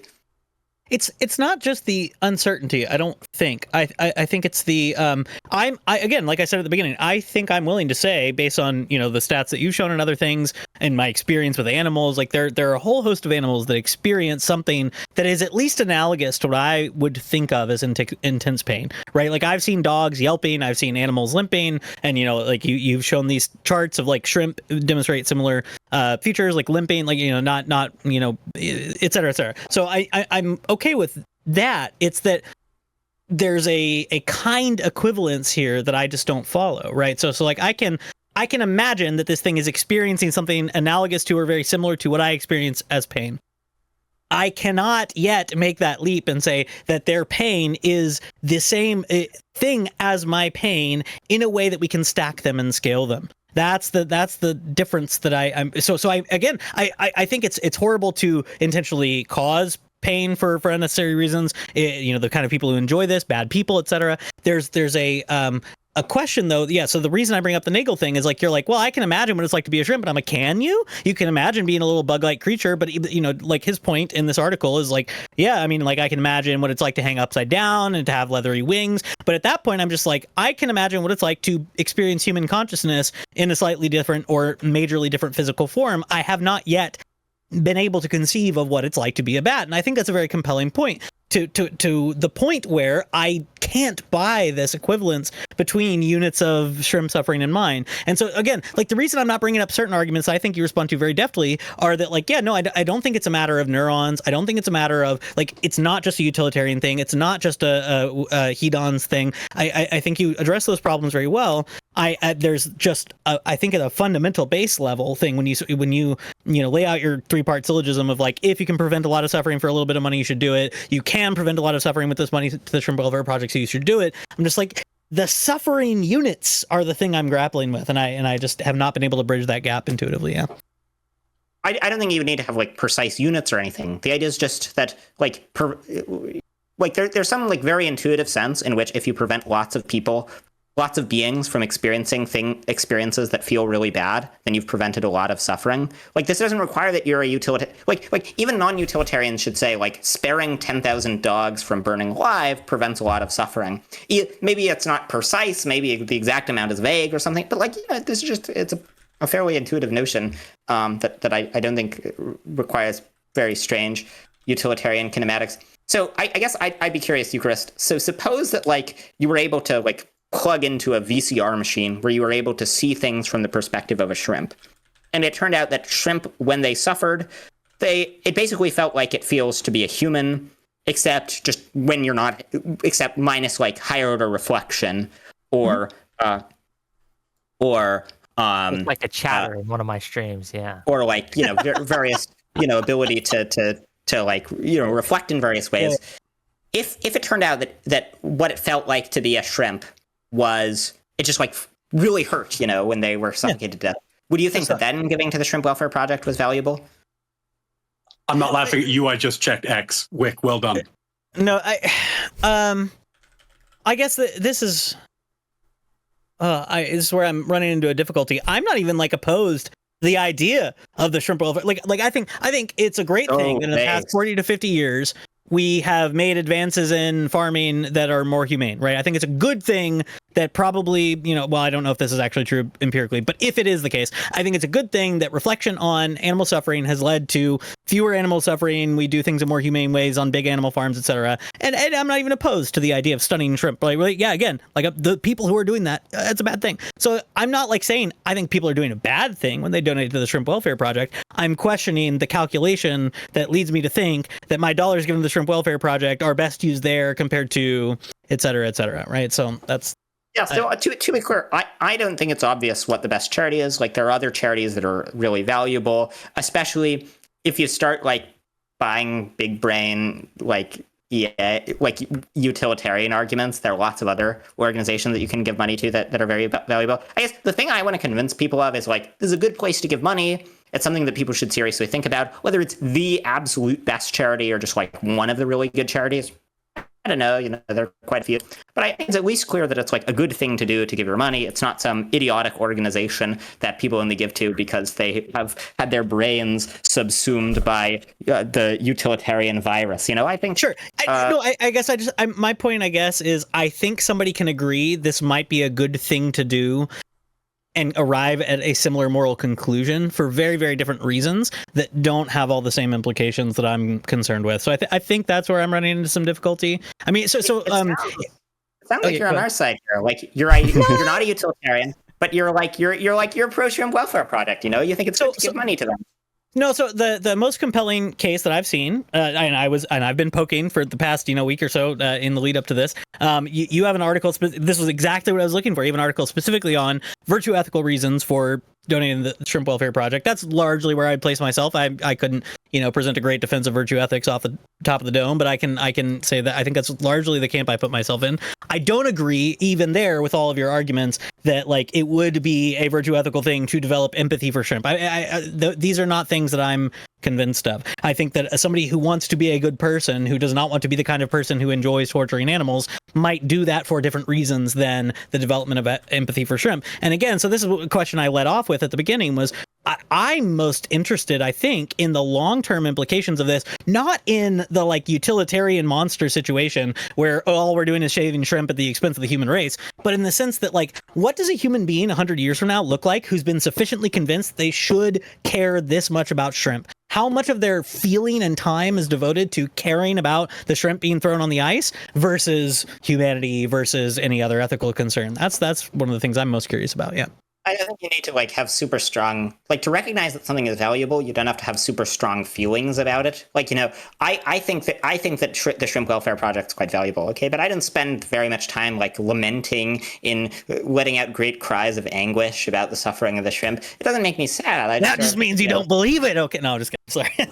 I mean, just when you're a rational creature, you're capable of recognizing that something's important, even if it doesn't resonate with you emotionally very much. Especially when you see that the reason it doesn't that it doesn't register with you emotionally is due to a whole host of extraneous biases and factors that don't affect its actual importance, but do affect your degree of empathy for it.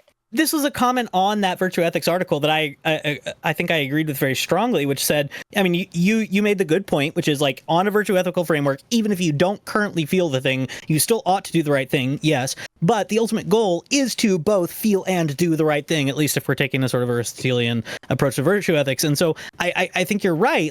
If I'm buying your arguments, there are all of the feelings that I ought to have towards shrimp are not intuitive, but I really, if I'm going to be a good person, ought to develop them. And I'm just curious what a world looks like full of good people who've developed the proper feelings towards shrimp, Well, and then Eucharist, what comes next? After we develop all the proper feelings towards shrimp, and now we're maximally empathetic towards shrimp, which prey species is the next one that we should become maximally empathetic to? Again, Gazelle Welfare Project, Salt Licks with Heroin. That's what I'm funding, okay? That's my project now. I think wild animal suffering does matter. So one kind of helpful thought experiment, okay? Imagine being...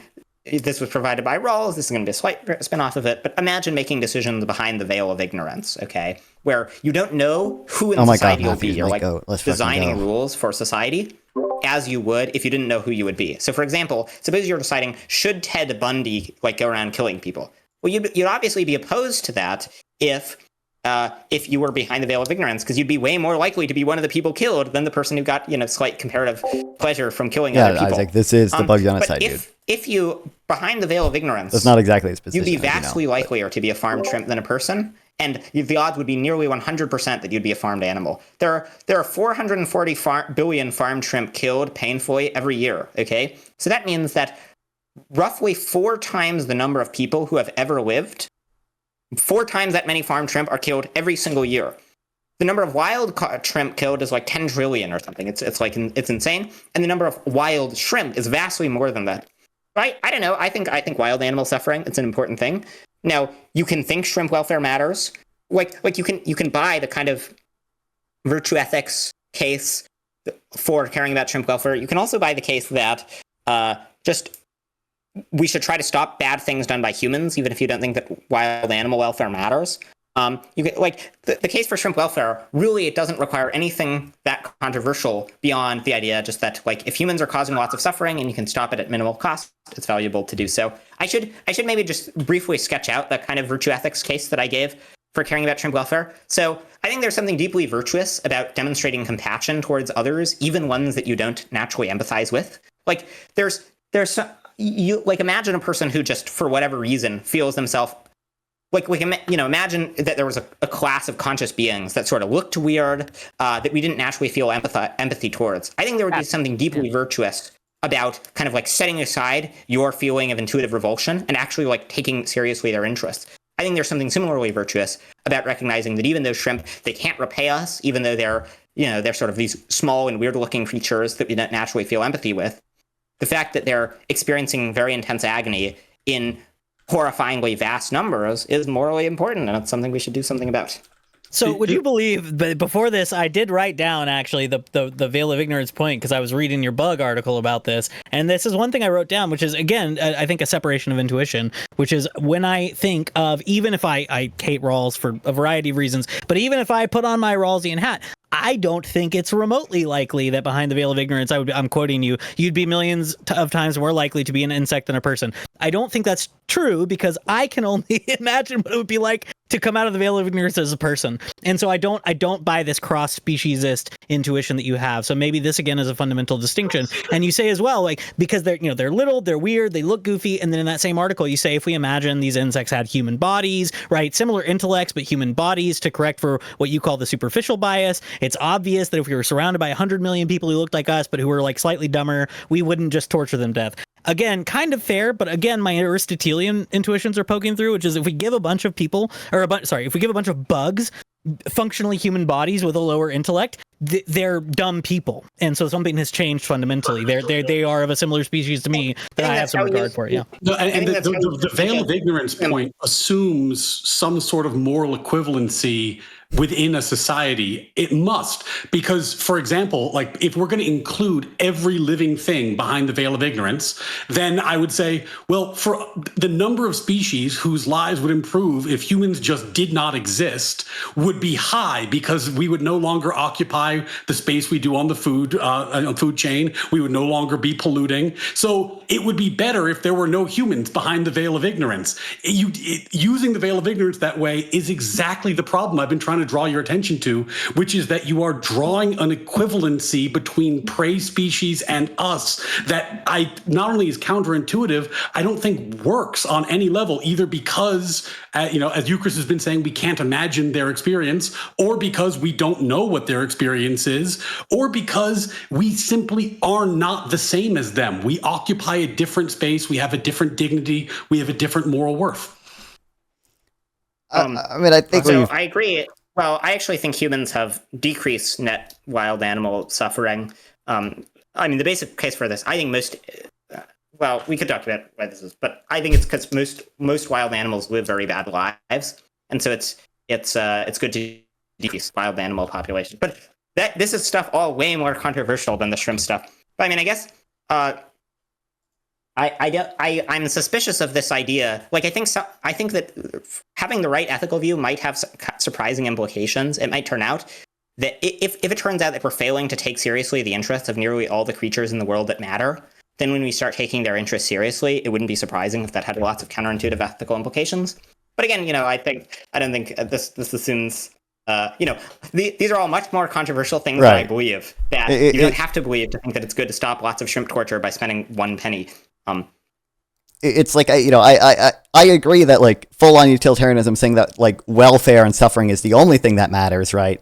That does lead to counterintuitive conclusions, and now I think there are error theories and solutions to those, obviously, but all that you have to accept for donating to the Shrimp Welfare Project to be good is that shrimp suffering at least matters somewhat, right? And like, as so long as you don't violate whatever like side constraints that you have, so long as you aren't violating people's, for instance, if you value rights like infinitely, so long as you aren't violating someone's rights to give to the Shrimp Welfare Project, like it would still be a pretty good thing to donate to the Shrimp Welfare Project. Again, even if shrimp suffering matters less because of like just the sheer scale of the number of shrimp that you can help. Well, so Nanfan, how would you evaluate the trade-offs? Like, if I said to you, I would rather give my $5 to my buddy Wick so he can get some whiskey for his birthday. Why is that a worse use of money than saving 5 times 15,000 shrimp? So for my moral system, right, like what's relevant for my moral system is suffering and welfare. Like I agree, like the way I would evaluate it is just like the expected value of doing either action on the total amount of utility in the world, right? But that's what's relevant for my moral system. I think what's relevant for most people's moral system and for a lot of normies who aren't necessarily committed to one moral system or the other is simply that welfare and like utility matters at least sometimes, right? Like it is at least a consideration sometimes that we should make. And the Shrimp Welfare Project is really good at reducing suffering. Speaking of reducing suffering and increasing my utility, exactly. $2 in sociologic to say, is this a Sharia compliant, or is this Sharia compliant? I don't know Sharia law. Dylan Bowser. This conversation is not halal. Sure, for 9 months. 9 months, damn. You're having your stream baby with me, okay? How many humans are being stabbed if I donate? Well, we'll find out later. $2 for Dylan Bowser to say funding the Wick Foundation. Thank you. $10 from Artemis Fowl to say how many, that was the baby question. How many permanently comatose child patients who cannot feel anything or conscious will Shrimp Simp let expire over saving 200 shrimp? We already had that discussion. $10 from J-Mac to say, don't eat comatose babies. I mean, I don't think this needs to be said, but here we are. AK Batozai to say $5 to say, am I morally obligated to spend less money buying my next vehicle because I know it could shave more shrimp? And then $10 from Artist Fowl to say, has Shrimp Simp gotten his vasectomy yet? The only way to actually reduce shrimp pain is to reduce the human population. Practice your beliefs. Take it to its logical conclusion. Thank you for the $10. I don't think that's the logical conclusion, but isn't he? Aren't you pro-natalist? I'm pretty sure Matthew's pro-natalist. I'm pretty sure I read that. I'm a big pro-natalist. Yeah. So okay. I'm very much in favor of more people. More minds, more people. Okay, I don't know. I think we're kind of winding down on this. We've hit walls unless there's some other angle that either side wants to take here. I mean, we could just start constructing successively more and more ridiculous trolley problems and see who folds first, okay? And I think I do want to say one thing briefly about the question about whether you're morally obligated to spend less on a truck. I think there are claims of the form A is valuable, A is a good thing to do, don't by themselves entail any claim about what you have a moral obligation to do. So there, just the idea that it's good to give money to shrimp welfare, that does not by itself require any views about what things are obligatory. You can think that donating is merely supererogatory, that it's merely a good thing but not obligatory. You don't have to think like just like if someone's like St. Jude's is a good charity, you wouldn't be like, so then am I obligated to spend less on my truck? No, I mean it's like St. Jude's being a good charity, that does not directly imply any claims about obligations. Those will be downstream of more controversial philosophical judgments. Right, and I do want to add, I don't want to say this in my closing because I do want Ryan to be able to respond to it. But like, so the justification, so I agree utilitarianism does lead to counterintuitive conclusions, but the justification for the Shrimp Welfare Project is not utilitarianism, right? It's just that welfare matters like sometimes, right? And that view does not really lead to counterintuitive conclusions. Ryan's justification for why Shrimp Welfare Project isn't good, though, does lead to counterintuitive conclusions. His justification is that shrimp essentially have zero or near zero value, and that does, and any animal has, near zero value. That does lead to counterintuitive justifications in that, we saw the baby thing earlier and the dogs being skinned alive, right? Like, that's pretty bad. While I appreciate that this argument's not being presented in a strictly utilitarian sense, it's built on a utilitarian frame. And what I mean by that is it inherits some of the same problems. One of the core problems with utilitarianism is the question of measurement.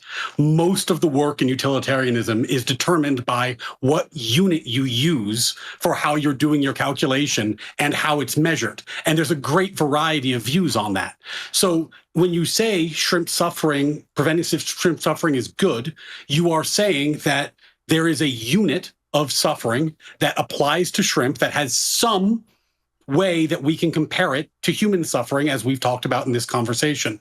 But that's not a given. It's not a given even on utilitarianism. In fact, as I said earlier, most utilitarians I talk to use human flourishing as their metric, where this would just fall out, unless we're talking about the impact on humans, as you, Chris, highlighted earlier. So the problem here is not avoided by not being a formal utilitarian argument, because the same issue rises to the surface, which is, well, we need to come up with the metric. And the metric that's been presented here, whether it's 400 shrimp to one human, seems to have some rather serious problems. I mean, you don't actually need to come up with a metric of how much, to weigh human welfare against animal welfare to buy this argument, any more than you need to have a metric about how to weigh suffering in all cases, to think, imagine someone made this argument. You shouldn't work your dogs because it hurts the dogs, and so it causes them lots of suffering. That would not require any controversial utilitarian commitments. It would just require the idea that, suffering is a bad thing, and you shouldn't, and it's bad to cause lots of bad things. So morally, it's good to prevent lots of bad things. The problem is you're using the word good in almost a trivial sense. You're presupposing a world with no trade-offs. There's an infinite number of things that could in some sense be good, but when people make decisions, they're weighing the pros and cons of those decisions. So, simply to say this is good in some non-committal sense without being able to weigh it against the value of the Coke that Wick could be drinking doesn't provide any information. It's good for Wick to drink Coke because it makes him feel happy. So what? Right. So it's not merely that it's good; it's that it's very good to prevent a large amount. Better than X. Yeah. Better than X. Yeah. And I don't. I don't know. If I may, please, if I may, because I know I'm moderating, but I have questions and I have thoughts, right? And it's my goddamn birthday, and I'm gonna weigh in. Okay. Happy birthday, buddy. Thank you. Yeah, happy birthday. Well, thank you. It's about trade-offs. You are asking and advocating that people spend their limited, finite resources, as low as it may be, on one thing, and by implication, instead of all the other options they have to spend their limited, finite resources. If I had unlimited resources, right? If I had unlimited time, unlimited money, unlimited everything, right? And I could just use that to end all the shrimp suffering, why not? I don't care, because it doesn't cost me anything. There's no actual cost. And while yes, sending $1 to the Shrimp Welfare Project, I make enough that it wouldn't actually, in any real sense, cost me anything. What it would do is, why choose to do that instead of any other number of things that I could be doing? And so if I'm going to stop the suffering of shrimp over any other kind of thing, I have to know why shrimp suffering matters and how much it matters. And the how much it matters does play into that. I just naturally. I agree. Certainly how much it matters will affect it to some degree. Yeah. My point is just you don't have to know the exact ratio for it to be clear that it's a good use of money anymore. I have to have some estimate though. I have to obviously if I can spend $1 to save a shrimp, I'd be like, no, fuck that shrimp. That shrimp's gonna die, and it's gonna die painfully because my $1's worth more than that single shrimp, right? So you would agree? I think probably it would be a fine use of $1 to spend it to save a shrimp. It would be better than spending it on $10. I'm asking you, Matthew, if you had if it cost $100 to save a single shrimp, would you pay that?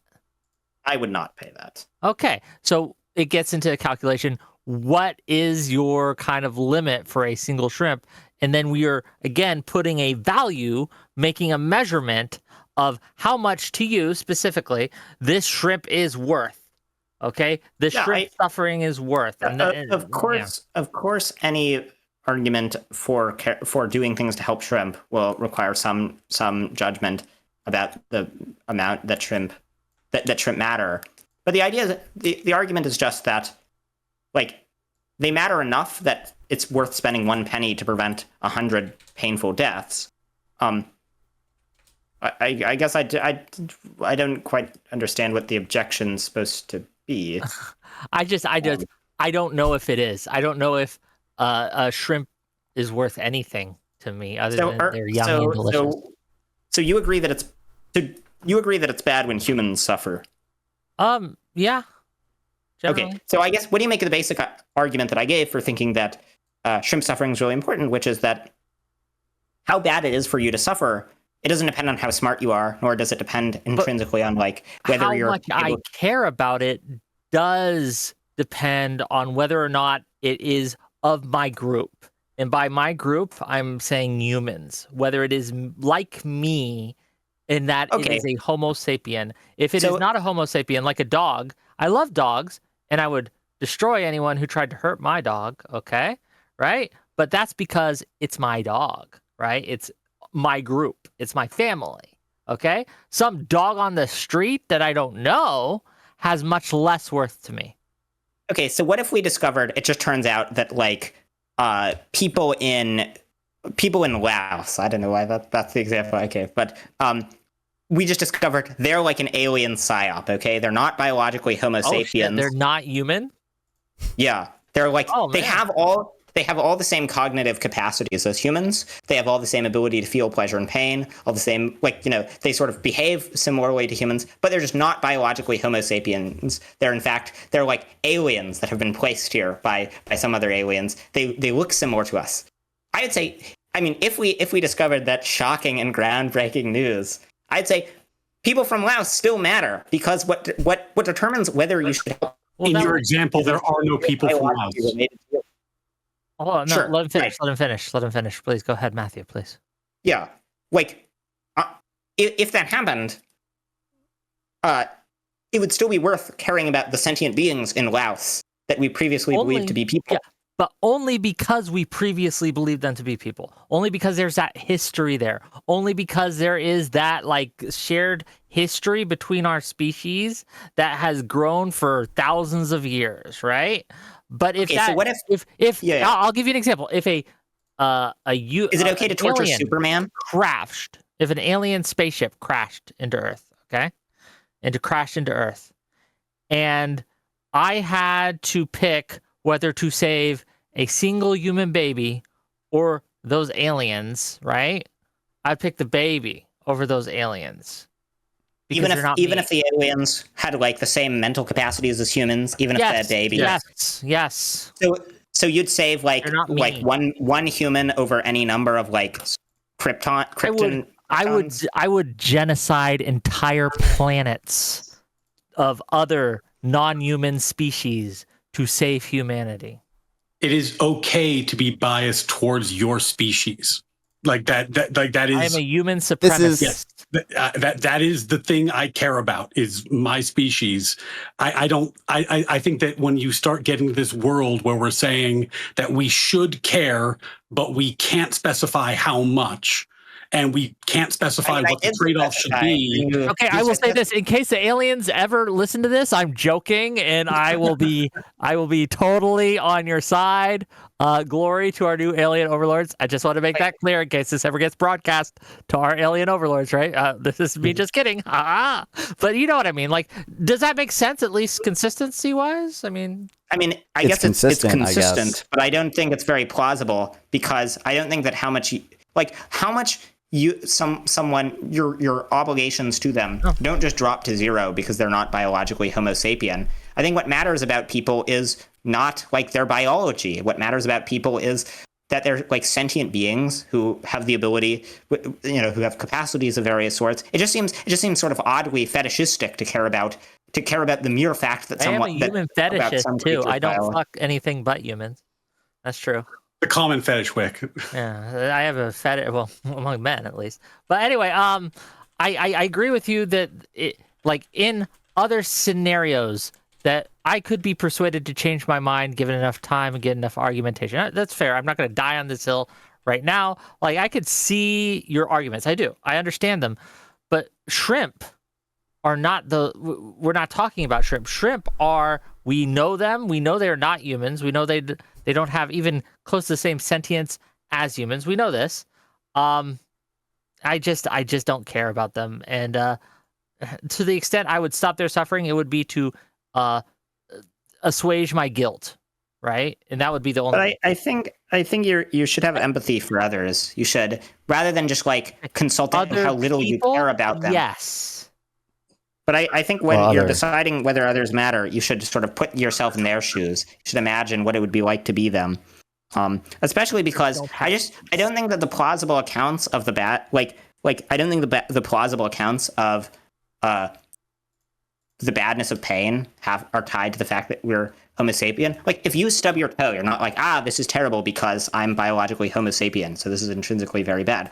You're like, but this I only hurt. care about other people because they are of me, right? That's Wick's objection. It's not about the pain. It's about whether we care about the pain. Whether I care about it enough to take action. I'm saying if how bad the pain is not a function of their species, and you should care about things that are bad, at least trying to prevent them. I think you're failing to make that leap. Like I agree with you that other species can feel pain. Shrimp, dogs, cats, whatever.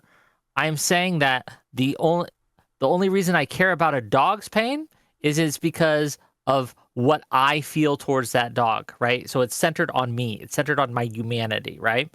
I would not, like people in China eat dogs because they just don't care, right?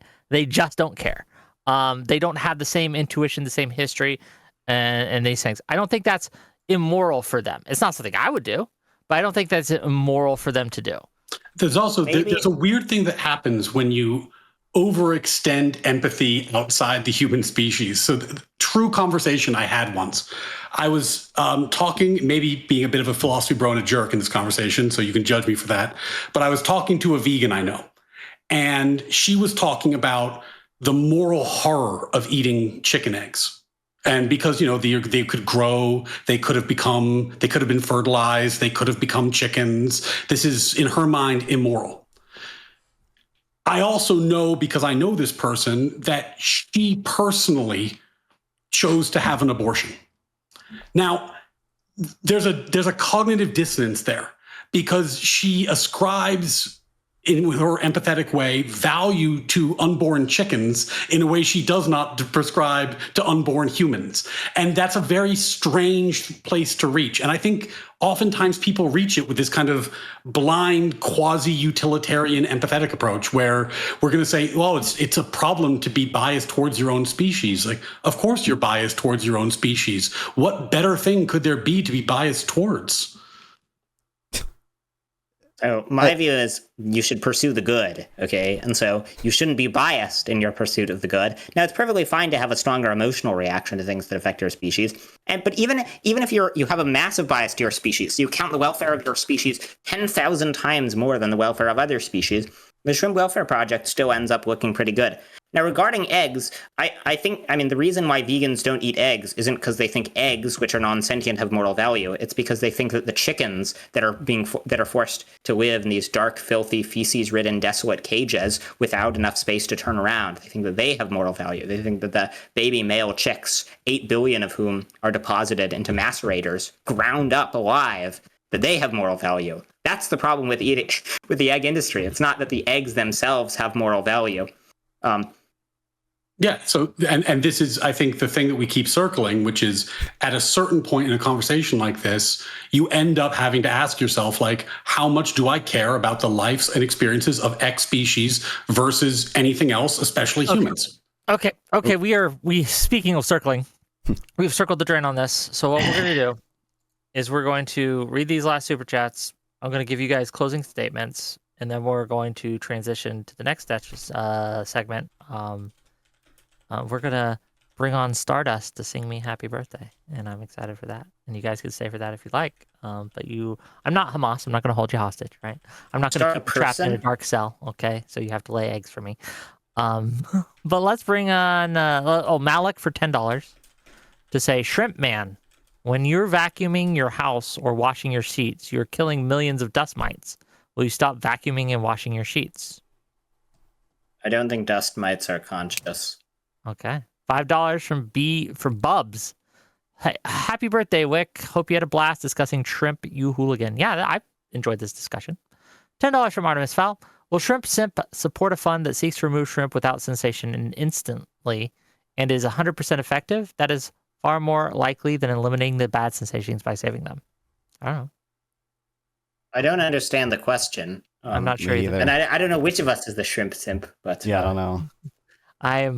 I'm guessing you on my intuition. $5 from Artemis Fowl to say this guy is literally the moral consideration heat map meme. He would protect literal demons from free ren. I don't know about that, but thank you for the $5. Okay, with that, I'm going to give you, Chris, first, the mic, and then we're going to circle around, and we're going to have Matthew, the last word. And gang, I have a links to all their stuff in my YouTube description. So if you have enjoyed what they had to say, they have spent their time coming onto my show to give you content. Please spend a little time.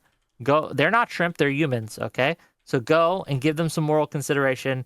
Give them a follow, help them out, read their Substack, what have you.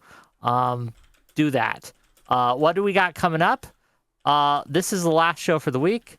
On Tuesday, we're going to have Hutch on the Wick and Tully show. I wonder what we'll talk about. On Thursday, we're going to have Destiny versus Econoboy. 1-on-1. Socialism versus capitalism. It won't be as memey as the other debate, but it should be dense and interesting, so tune in. Okay, with that, you, Chris, here's the mic. I don't do stuff on the internet usually. I am not as prolific as Matthew here, but I do occasionally write on Substack. Everything was beautiful.substack.com. You can go read that. I think almost all my articles are free because I don't write a lot, so I don't want to charge you people. But no, I enjoyed this a lot. I've been reading a lot of shrimp welfare stuff, and I think that there are, some interesting arguments, some good responses to most of the arguments most people put forward. My fundamental mental block is, I think, what Peter Singer would call speciesist, and I am unabashedly, unironically a speciesist. I care about human beings, and I think that I do believe that we should care about the suffering of animals, but only insofar as it's an obligation we have towards them by virtue of our cultivation of them. It's not something that I think brings on any additional obligations by virtue of some moral status or anything like that. Again, I'm not attributing that to anybody here, but anyway, I just think it's been a fun conversation. I am not opposed to people donating to the Shrimp Welfare Project. I don't think they've done something bad, but I'm not convinced they've done something sort of calculably, morally better than the people who spend their time and money elsewhere. So yeah, thanks for hanging out, guys. Oh, thanks for being here. Eucharist has a great Substack. You should go read it. It's very fun. Okay, Ryan Mullally, please. Hey, thanks for having me on. And again, happy birthday. Hope everyone can donate to Wick's Whiskey and Chocolate Fund. That's a noble pursuit. And donate to the Shrimp Welfare Fund if it makes you feel good. Like, there's no reason not to. There's lots of charities out there. If this is the one that speaks to you, that's fine. I'm not attempting to prevent anyone from donating to it.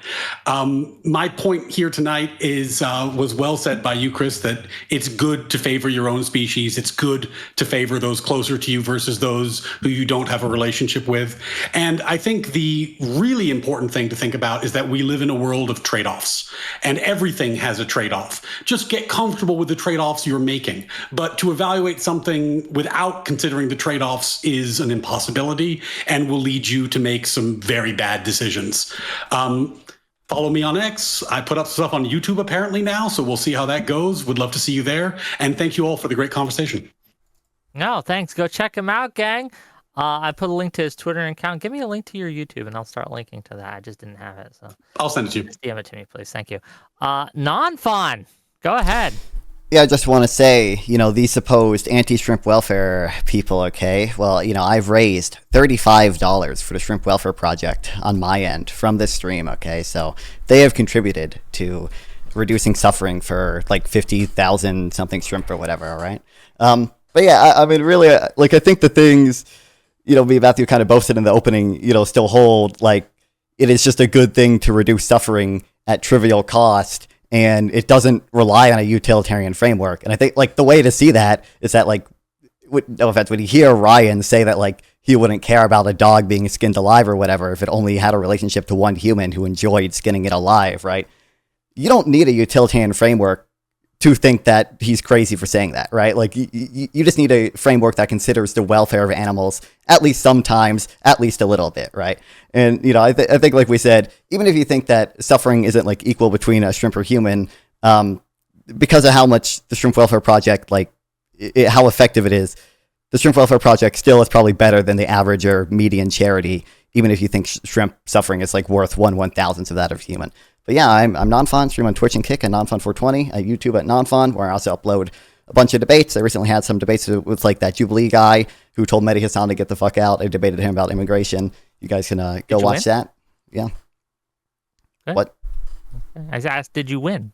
Oh, it was, I mean, a lot of it was kind of boring stuff about like whose study was better based on a national skill cell approach versus a spatial approach. I don't know who won, but I'll go check it out. Check him out, gang. Nonfon. Look, Nonfon is my favorite. Okay, if I had to choose which one of you to save from a burning building, it would be Nonfon. Okay, because I don't know. I just have an affinity to the guy. I feel an affinity towards Nonfon. So check him out, gang. Give him a follow. All that. Matthew, it was wonderful to meet you. Tell people who you are, where they can find you, and your closing thoughts on the discussion, please. Yeah, very nice meeting you. Thanks for the chat, everyone.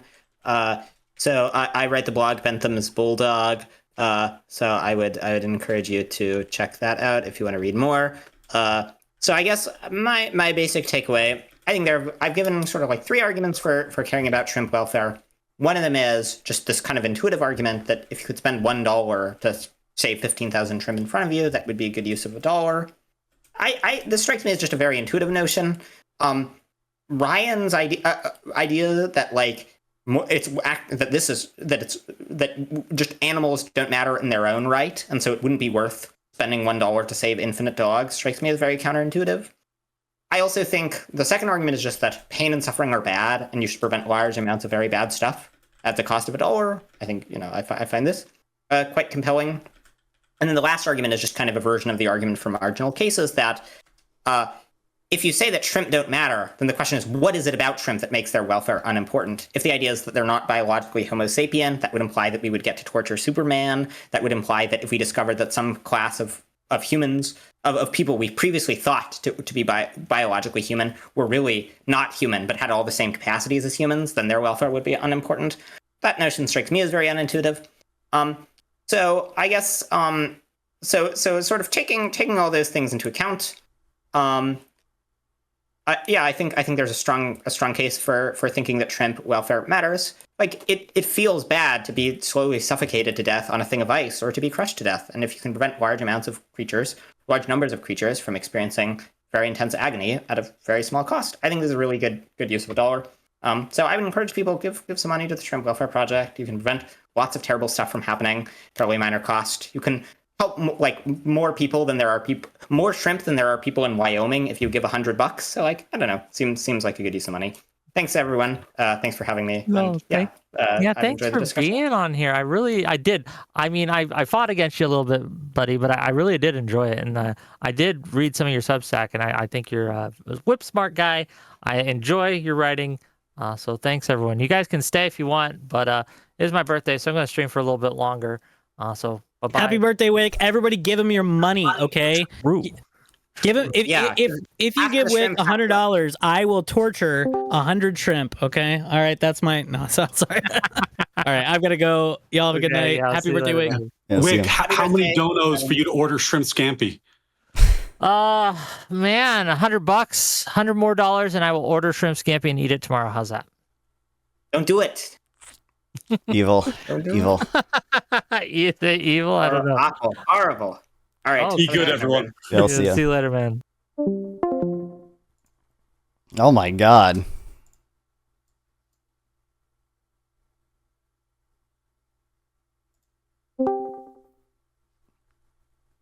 Jesus. Hey, what's up? What's up? What's up? Hey, much? Omni, what's up? Hey, how are you? I think I only ever called into your live about the SIA once, but other than that, I should let you know you annihilated Matt Dillahunty, in case you had any doubt. But Thanks, I appreciate it. well, you did. The only problem is that you didn't demonstrate that it's possible to annihilate him before you debated him. But Yeah. whatever, you did after you debated him. Whatever. Wait, Not sorry, fun. are we? Is this live? Yeah, I'm still live. Yeah. Yeah. So all my sort of violent fulminations, I shouldn't say public. Okay. That's right. Yeah. That's right. Not right now. No, if you read our DMs, we mean like while he debated, I was just like, you should say this. Why are you not saying this? Whatever. But like, I thought Non-Fun did overall like pretty well. Yeah, you just I want just me to be think- I more just wish, aggressive. You just constantly yell at me to. the EA, yeah, the EA I care about. I mean, of course, effective altruism, but it's effective arguing. And so, when you could say something like, I just want to like. I don't think a chatter will think it's crazy that, or will not need a utilitarian framework to think you're crazy for saying you don't care about dogs being tortured if they have no relationship to humans, right? Like that does four things at once. It addresses the audience. It hammers home a point. It is like like everyone can understand. It does a lot of things in less than 15 seconds. And I think like that. Like people debating should be very mindful of like how many points they can say that are effective in like short amount of time, especially when they're arguing about important causes, like not continuing like the mass abhorrent incomprehensible like suffering of beings. But you did well. I just wish you were meaner. You need to be meaner. Dude, I can't believe. I feel like I'm not very good at the Twitch like blood sports thing, but I don't know. Yeah. It doesn't need to be a thing. thing. I just Yeah. I don't know. I also find it cringe, like watching like I don't know, a guy like Dean Withers or something, the way he argues, where like just all this like feigned outrage. It's kind of disgusting, There's something deeply unsettling about it. I think a lot of why he's disgusting and fake and pathetic comes down to one, he doesn't believe anything he's saying, and like he strawmans a lot, and he appeals to like very low IQ intuitions people have. So it's like you think like parents have the right to like tell their children what to eat. You think they should have to be able to eat poison? Oh my god, you're crazy! Like it's stuff like that. It's like a crazy strawman. No one believes it, and you're a hypocrite. But like when someone tells me, I truly don't value at all. He starts the debate by saying I'm like a shrimp nothingist because I don't value them, like actually zero. And I highlight, okay, in good faith, would you care about tortured dogs if they had no relationship to humans? And they say yes. I think at that point it's okay to hammer it home and like make them feel some consequence in the debate. Not like I don't know. But you guys did that. You guys did that. Yeah. Yeah. How do you? I wasn't reading the comments. Do you know how the commenters were saying it was going? I was not. No. I mean, I guess that's okay. Let me read the wick. Yeah, I saw a little bit in my chat, but obviously some of the people in my chat are like effective altruists anyways. They watch me, right? So it's might be a little biased, but I imagine that his chat was like, oh my god, they actually think like because when people give like hypotheticals to utilitarians. It often doesn't matter how many times you need to repeat, like, yeah, our intuitions are not very reliable when there are like trillions of people and like we have full certain knowledge of consequences or whatever. People tend to forget that and they just keep repeating and just like care about the first intuition they had. And so I assume this chat was like going wild when like you had the 400 versus one thing. But I don't know. I mean, I thought you were correct. Right? Hold on. But yeah, one thing's been clipped already. Yeah, I know. I'm hoping this raises some money for the shrimp welfare project. Like it's just insane. If you raise like $100, it's just like 1.5 million fewer shrimp. Thanks so much for the follow. I appreciate it. Anyways, I'll probably get going now. But yeah, thanks. I enjoyed the chat. Fun debating with you, Non-Fun. Hell yeah, you're my goat, dude. You're my goat. That's right. Good luck. Everyone should follow. Bye-bye. Thanks. I appreciate it. All right. Have a good rest of your day, everyone. Bye. See you. Yeah. So, I don't know. maybe it's me. Like I debate a lot, and like sometimes I write down what I said, and then it appears to me like, oh, I could have said this, and it adds another point, and it's shorter to say, so it's just strictly better to have said this. And then like over time, when you write down what you were saying, and then you think of the points being made and how it could be made more effectively, so in a shorter time, you start to internalize this, and then when it's like when someone can just be like, this is why people hate utilitarians, and like do 5 points of damage, right? Like they look optically good. Every chatter understands what they're saying. They are personable, and they hurt not just and they hurt you like your cause, not just like this strict debate proposition. When they can say that, in non-conventional war, at some point you got to use the WMDs. Maybe it's because I'm Israeli. I don't know. But yeah. That's true. Yeah. I don't know. That's right. So non-fawn. Yeah, What I know is you up have with an fawn? insane take. Yeah. What? I just no. This is Isaac. This is a totally insane take to say that something that like suffers is less valuable than something that like does not have any capacity to suffer, just because we think like the DNA matters, right? Like there's nothing morally valuable about DNA. I mean, I think maybe this is just intuitive. I think saying one second. Go ahead. I think it's very insane. Okay, I might just be crazy to say you would be okay with eating like humans as long as they were not conscious. That's what It I was would the say. hold on. The The hypothetical was like, would you rather eat humans who have never been conscious and never will be conscious versus like eating shrimp, right? That's what I remember. that seems crazy to me. I think That seems totally. You're literally one is doing no harm. One is literally harming sentient beings. But you're kind of one. Of course, I don't see any value in the shrimp side. Well, what is morally valuable about DNA? You're eating exactly. Eating humans seems crazy to me. You're like, but you would hold that like eating an alien. You would also wouldn't you hold intuition? It's because you're overfitting an intuition. Like when I ask someone, is inequality bad, and they say, oh yeah, because it causes crime, and ask them, okay, well, assume all the things you think inequality causes, like social distrust, crime, inequality in gender outcomes, whatever. If all that was like the same, and you just could make Elon Musk like slightly happier, would that be wrong? And they say yes. Like they need to understand that all the stuff they're usually saying is accounted for. So when I reflect on my pain and I think why it's bad, it's never, oh, I have a history with other humans. Oh, I'm on top of the food chain. Oh, I have an IQ of this, that, and the other thing. And oh, I have this specific like sequence of dioxide, like nucleotide DNA, like whatever molecule.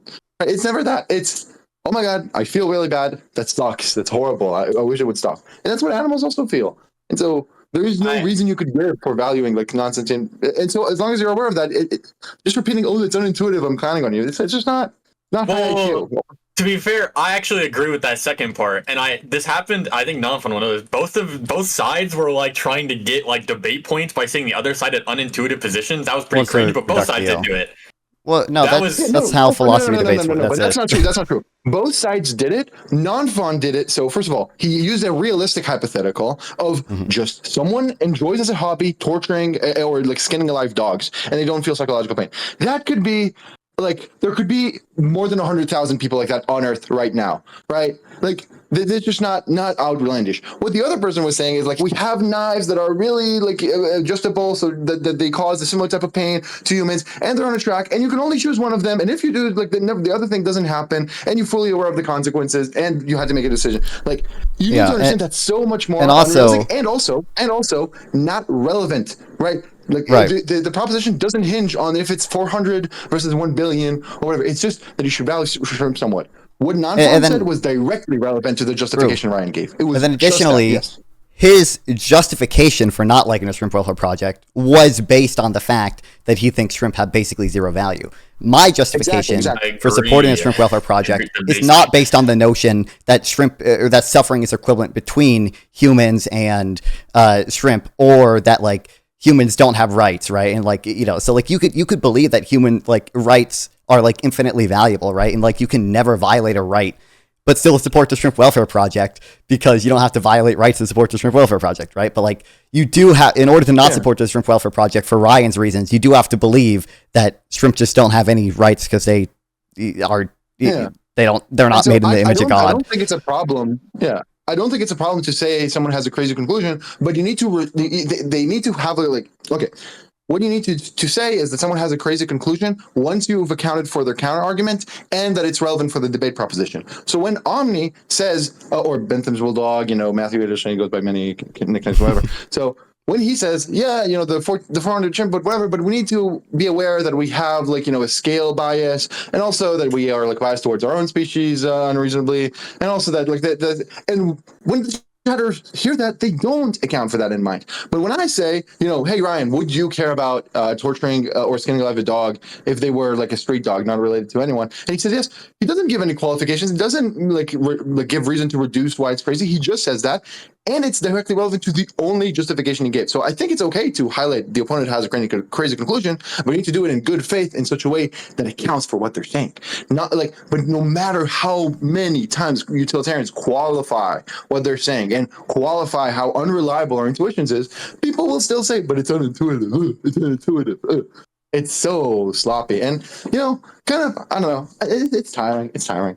But funny meme that you ate a bunch of shrimp. That was pretty funny. I actually drove to get the shrimp when the debate started because I was like, it'd be really funny if I made a response. I didn't think that was funny. I will say. What if you donated that money to the Shrimp Welfare Project? That would be someone funny. actually said it, and they were like, "Why didn't you?" They were like, "You need to donate to offset it." I was like, "Well, I can't donate less than $5, and I didn't eat what is that? Would that be like 5,000? Yeah, I'm not off. I'm not. No. Of course. I'm not saying to offset it. I just think you could have had the same funny joke, right? Like saying, I'm watching this debate while donating. And you would do a lot more good. And you actually, agree with you watch the debate, you think we won. And so you would actually agree with the conclusion you knew you'd have. Nafon knows I do not agree with that conclusion. Okay, I don't know if we even know shrimp feel pain the same, any measurable way that we do, but. What do you think we won? Well, what's the probability you think they do? I'm near net zero on that. I don't think net zero. Wait, hold on. Wait. Even if you've not seen any evidence, it doesn't mean your prior should be near zero. I'm saying the evidence that I think we see is that we genuinely just think right now they just have reflexes. I don't the same way we can reflex certain. That's not true. So they have individual. One, that's not true, and two, that's not how you should work. Priors should not just be whatever. That's not how it works. You should have a prior that is not near zero. Right now is that they only. I don't think there's. But before seeing any evidence, your probability should not be zero. Just for probability reasons, that's just unworkable. It's a bad thing. Well, it's zero, but for a whole network of other reasons than just the fact that I don't think they feel pain. But yes. Okay, but strictly speaking about that claim, you should not have a prior of zero about anything. Even the most outlandish claims, you should just have a prior of zero relative to how unique that or crazy that sounds. So I'm glad to hear it, Sornos. I appreciate it. They have a brain. I'm sure Matthew appreciates it. I appreciate it too because I was there with him, standing together. Or I guess you don't think they're sentient, but you know what I'm saying. Then you look at the evidence, and it only strengthens. There is no evidence that they don't feel pain. There's a lot of evidence that they do, and so your prior should not be anywhere near zero. At least 20%. At least that they feel some pain. At least 20. I don't know about at least 20. Why should it start below? Why should it start below 20? Because I've never seen any evidence to the it's your they priors, do have some conscious subjective experience. I've never seen any evidence that you own experience about pain, and I've seen any evidence that you. Okay. Well, what's the counter evidence? Yeah, what's the counter evidence that they have? That we can look at the way their brains are structured, and I think that from what we can get from that, it seems like they're very simple. That they just have that's not a good. That's not a good. That's not a. You don't think we can derive the state of consciousness and the state of subjective experience? No, I think they're probably somewhat correlated, but the correlations. One second. I cannot. One second. Only one of you can talk. Just to be clear. Okay. I think the conclusion. I think the conclusion should be they feel less pain than humans, but we also know. From wait, real quick. So brain size is not correlated. So I didn't do too much research on this because I knew Matthew knew it, and I think I would have to do a lot of reading to catch up to his level. So I was just going to defer to him. But so there probably is a correlation between the quote unquote simplicity of a brain like how intensely they suffer or whatever. But like it's not nearly as strong as you would think. Like, so for instance, like neuron count like doesn't matter at all, right? Like I think like I think elephants have like way more neurons than us. Right. But they they're obviously not more intelligent than us. And then like the structure of the brain is a little bit weird because like just because the structure of something is different doesn't mean like a similar type of sentience can't derive from it, right? So like obviously like shrimp they don't have the same type of brain we do, but it doesn't mean that their brain can't produce a sentient experience, right? Like we should look at the observable behavior from them, and we see things like they tend to their wounds, and if we give them painkillers, they don't tend to their wounds, and they can remember places that hurt them, and they don't go there. They can make trade-offs between saying, I know I'm going to get hurt if I go here, but I'm going to get X reward. And individual shrimp have different like risk aversions for that thing. Like those are right. all So for example, and also proxies. imagine like, so I want to first highlight, there's not very strong card evidence, but we have a lot more than just they feel reflexes. Like you're very wrong on that. You should read his articles. For example, they can get addicted to like very basic things. Like how would you explain that they get addicted to something that they would never encounter in their evolution? Right. Other than they feel pain and they're motivated by it. It seems like the simplest explanation, which is very strong evidence and very expected under that, but you would not at all expect it under the hypothesis that they're not sentient. Right. And have simple brains, no less. Like where did the function of being addicted came from? So that's in itself strong evidence, but it should be at least 20%, at least 20% after seeing this. But also, I also want to point out, again, no matter how ridiculous Non-Fun and Matthew were about, their utilitarianism, which I share, it doesn't matter because the debate was not about utilitarianism. And so, if I were to debate, should we like save some child from drowning, right? And I think you should do it ultimately based on utilitarianism. Like there are many other reasons to save a child from drowning. And my opponent said no.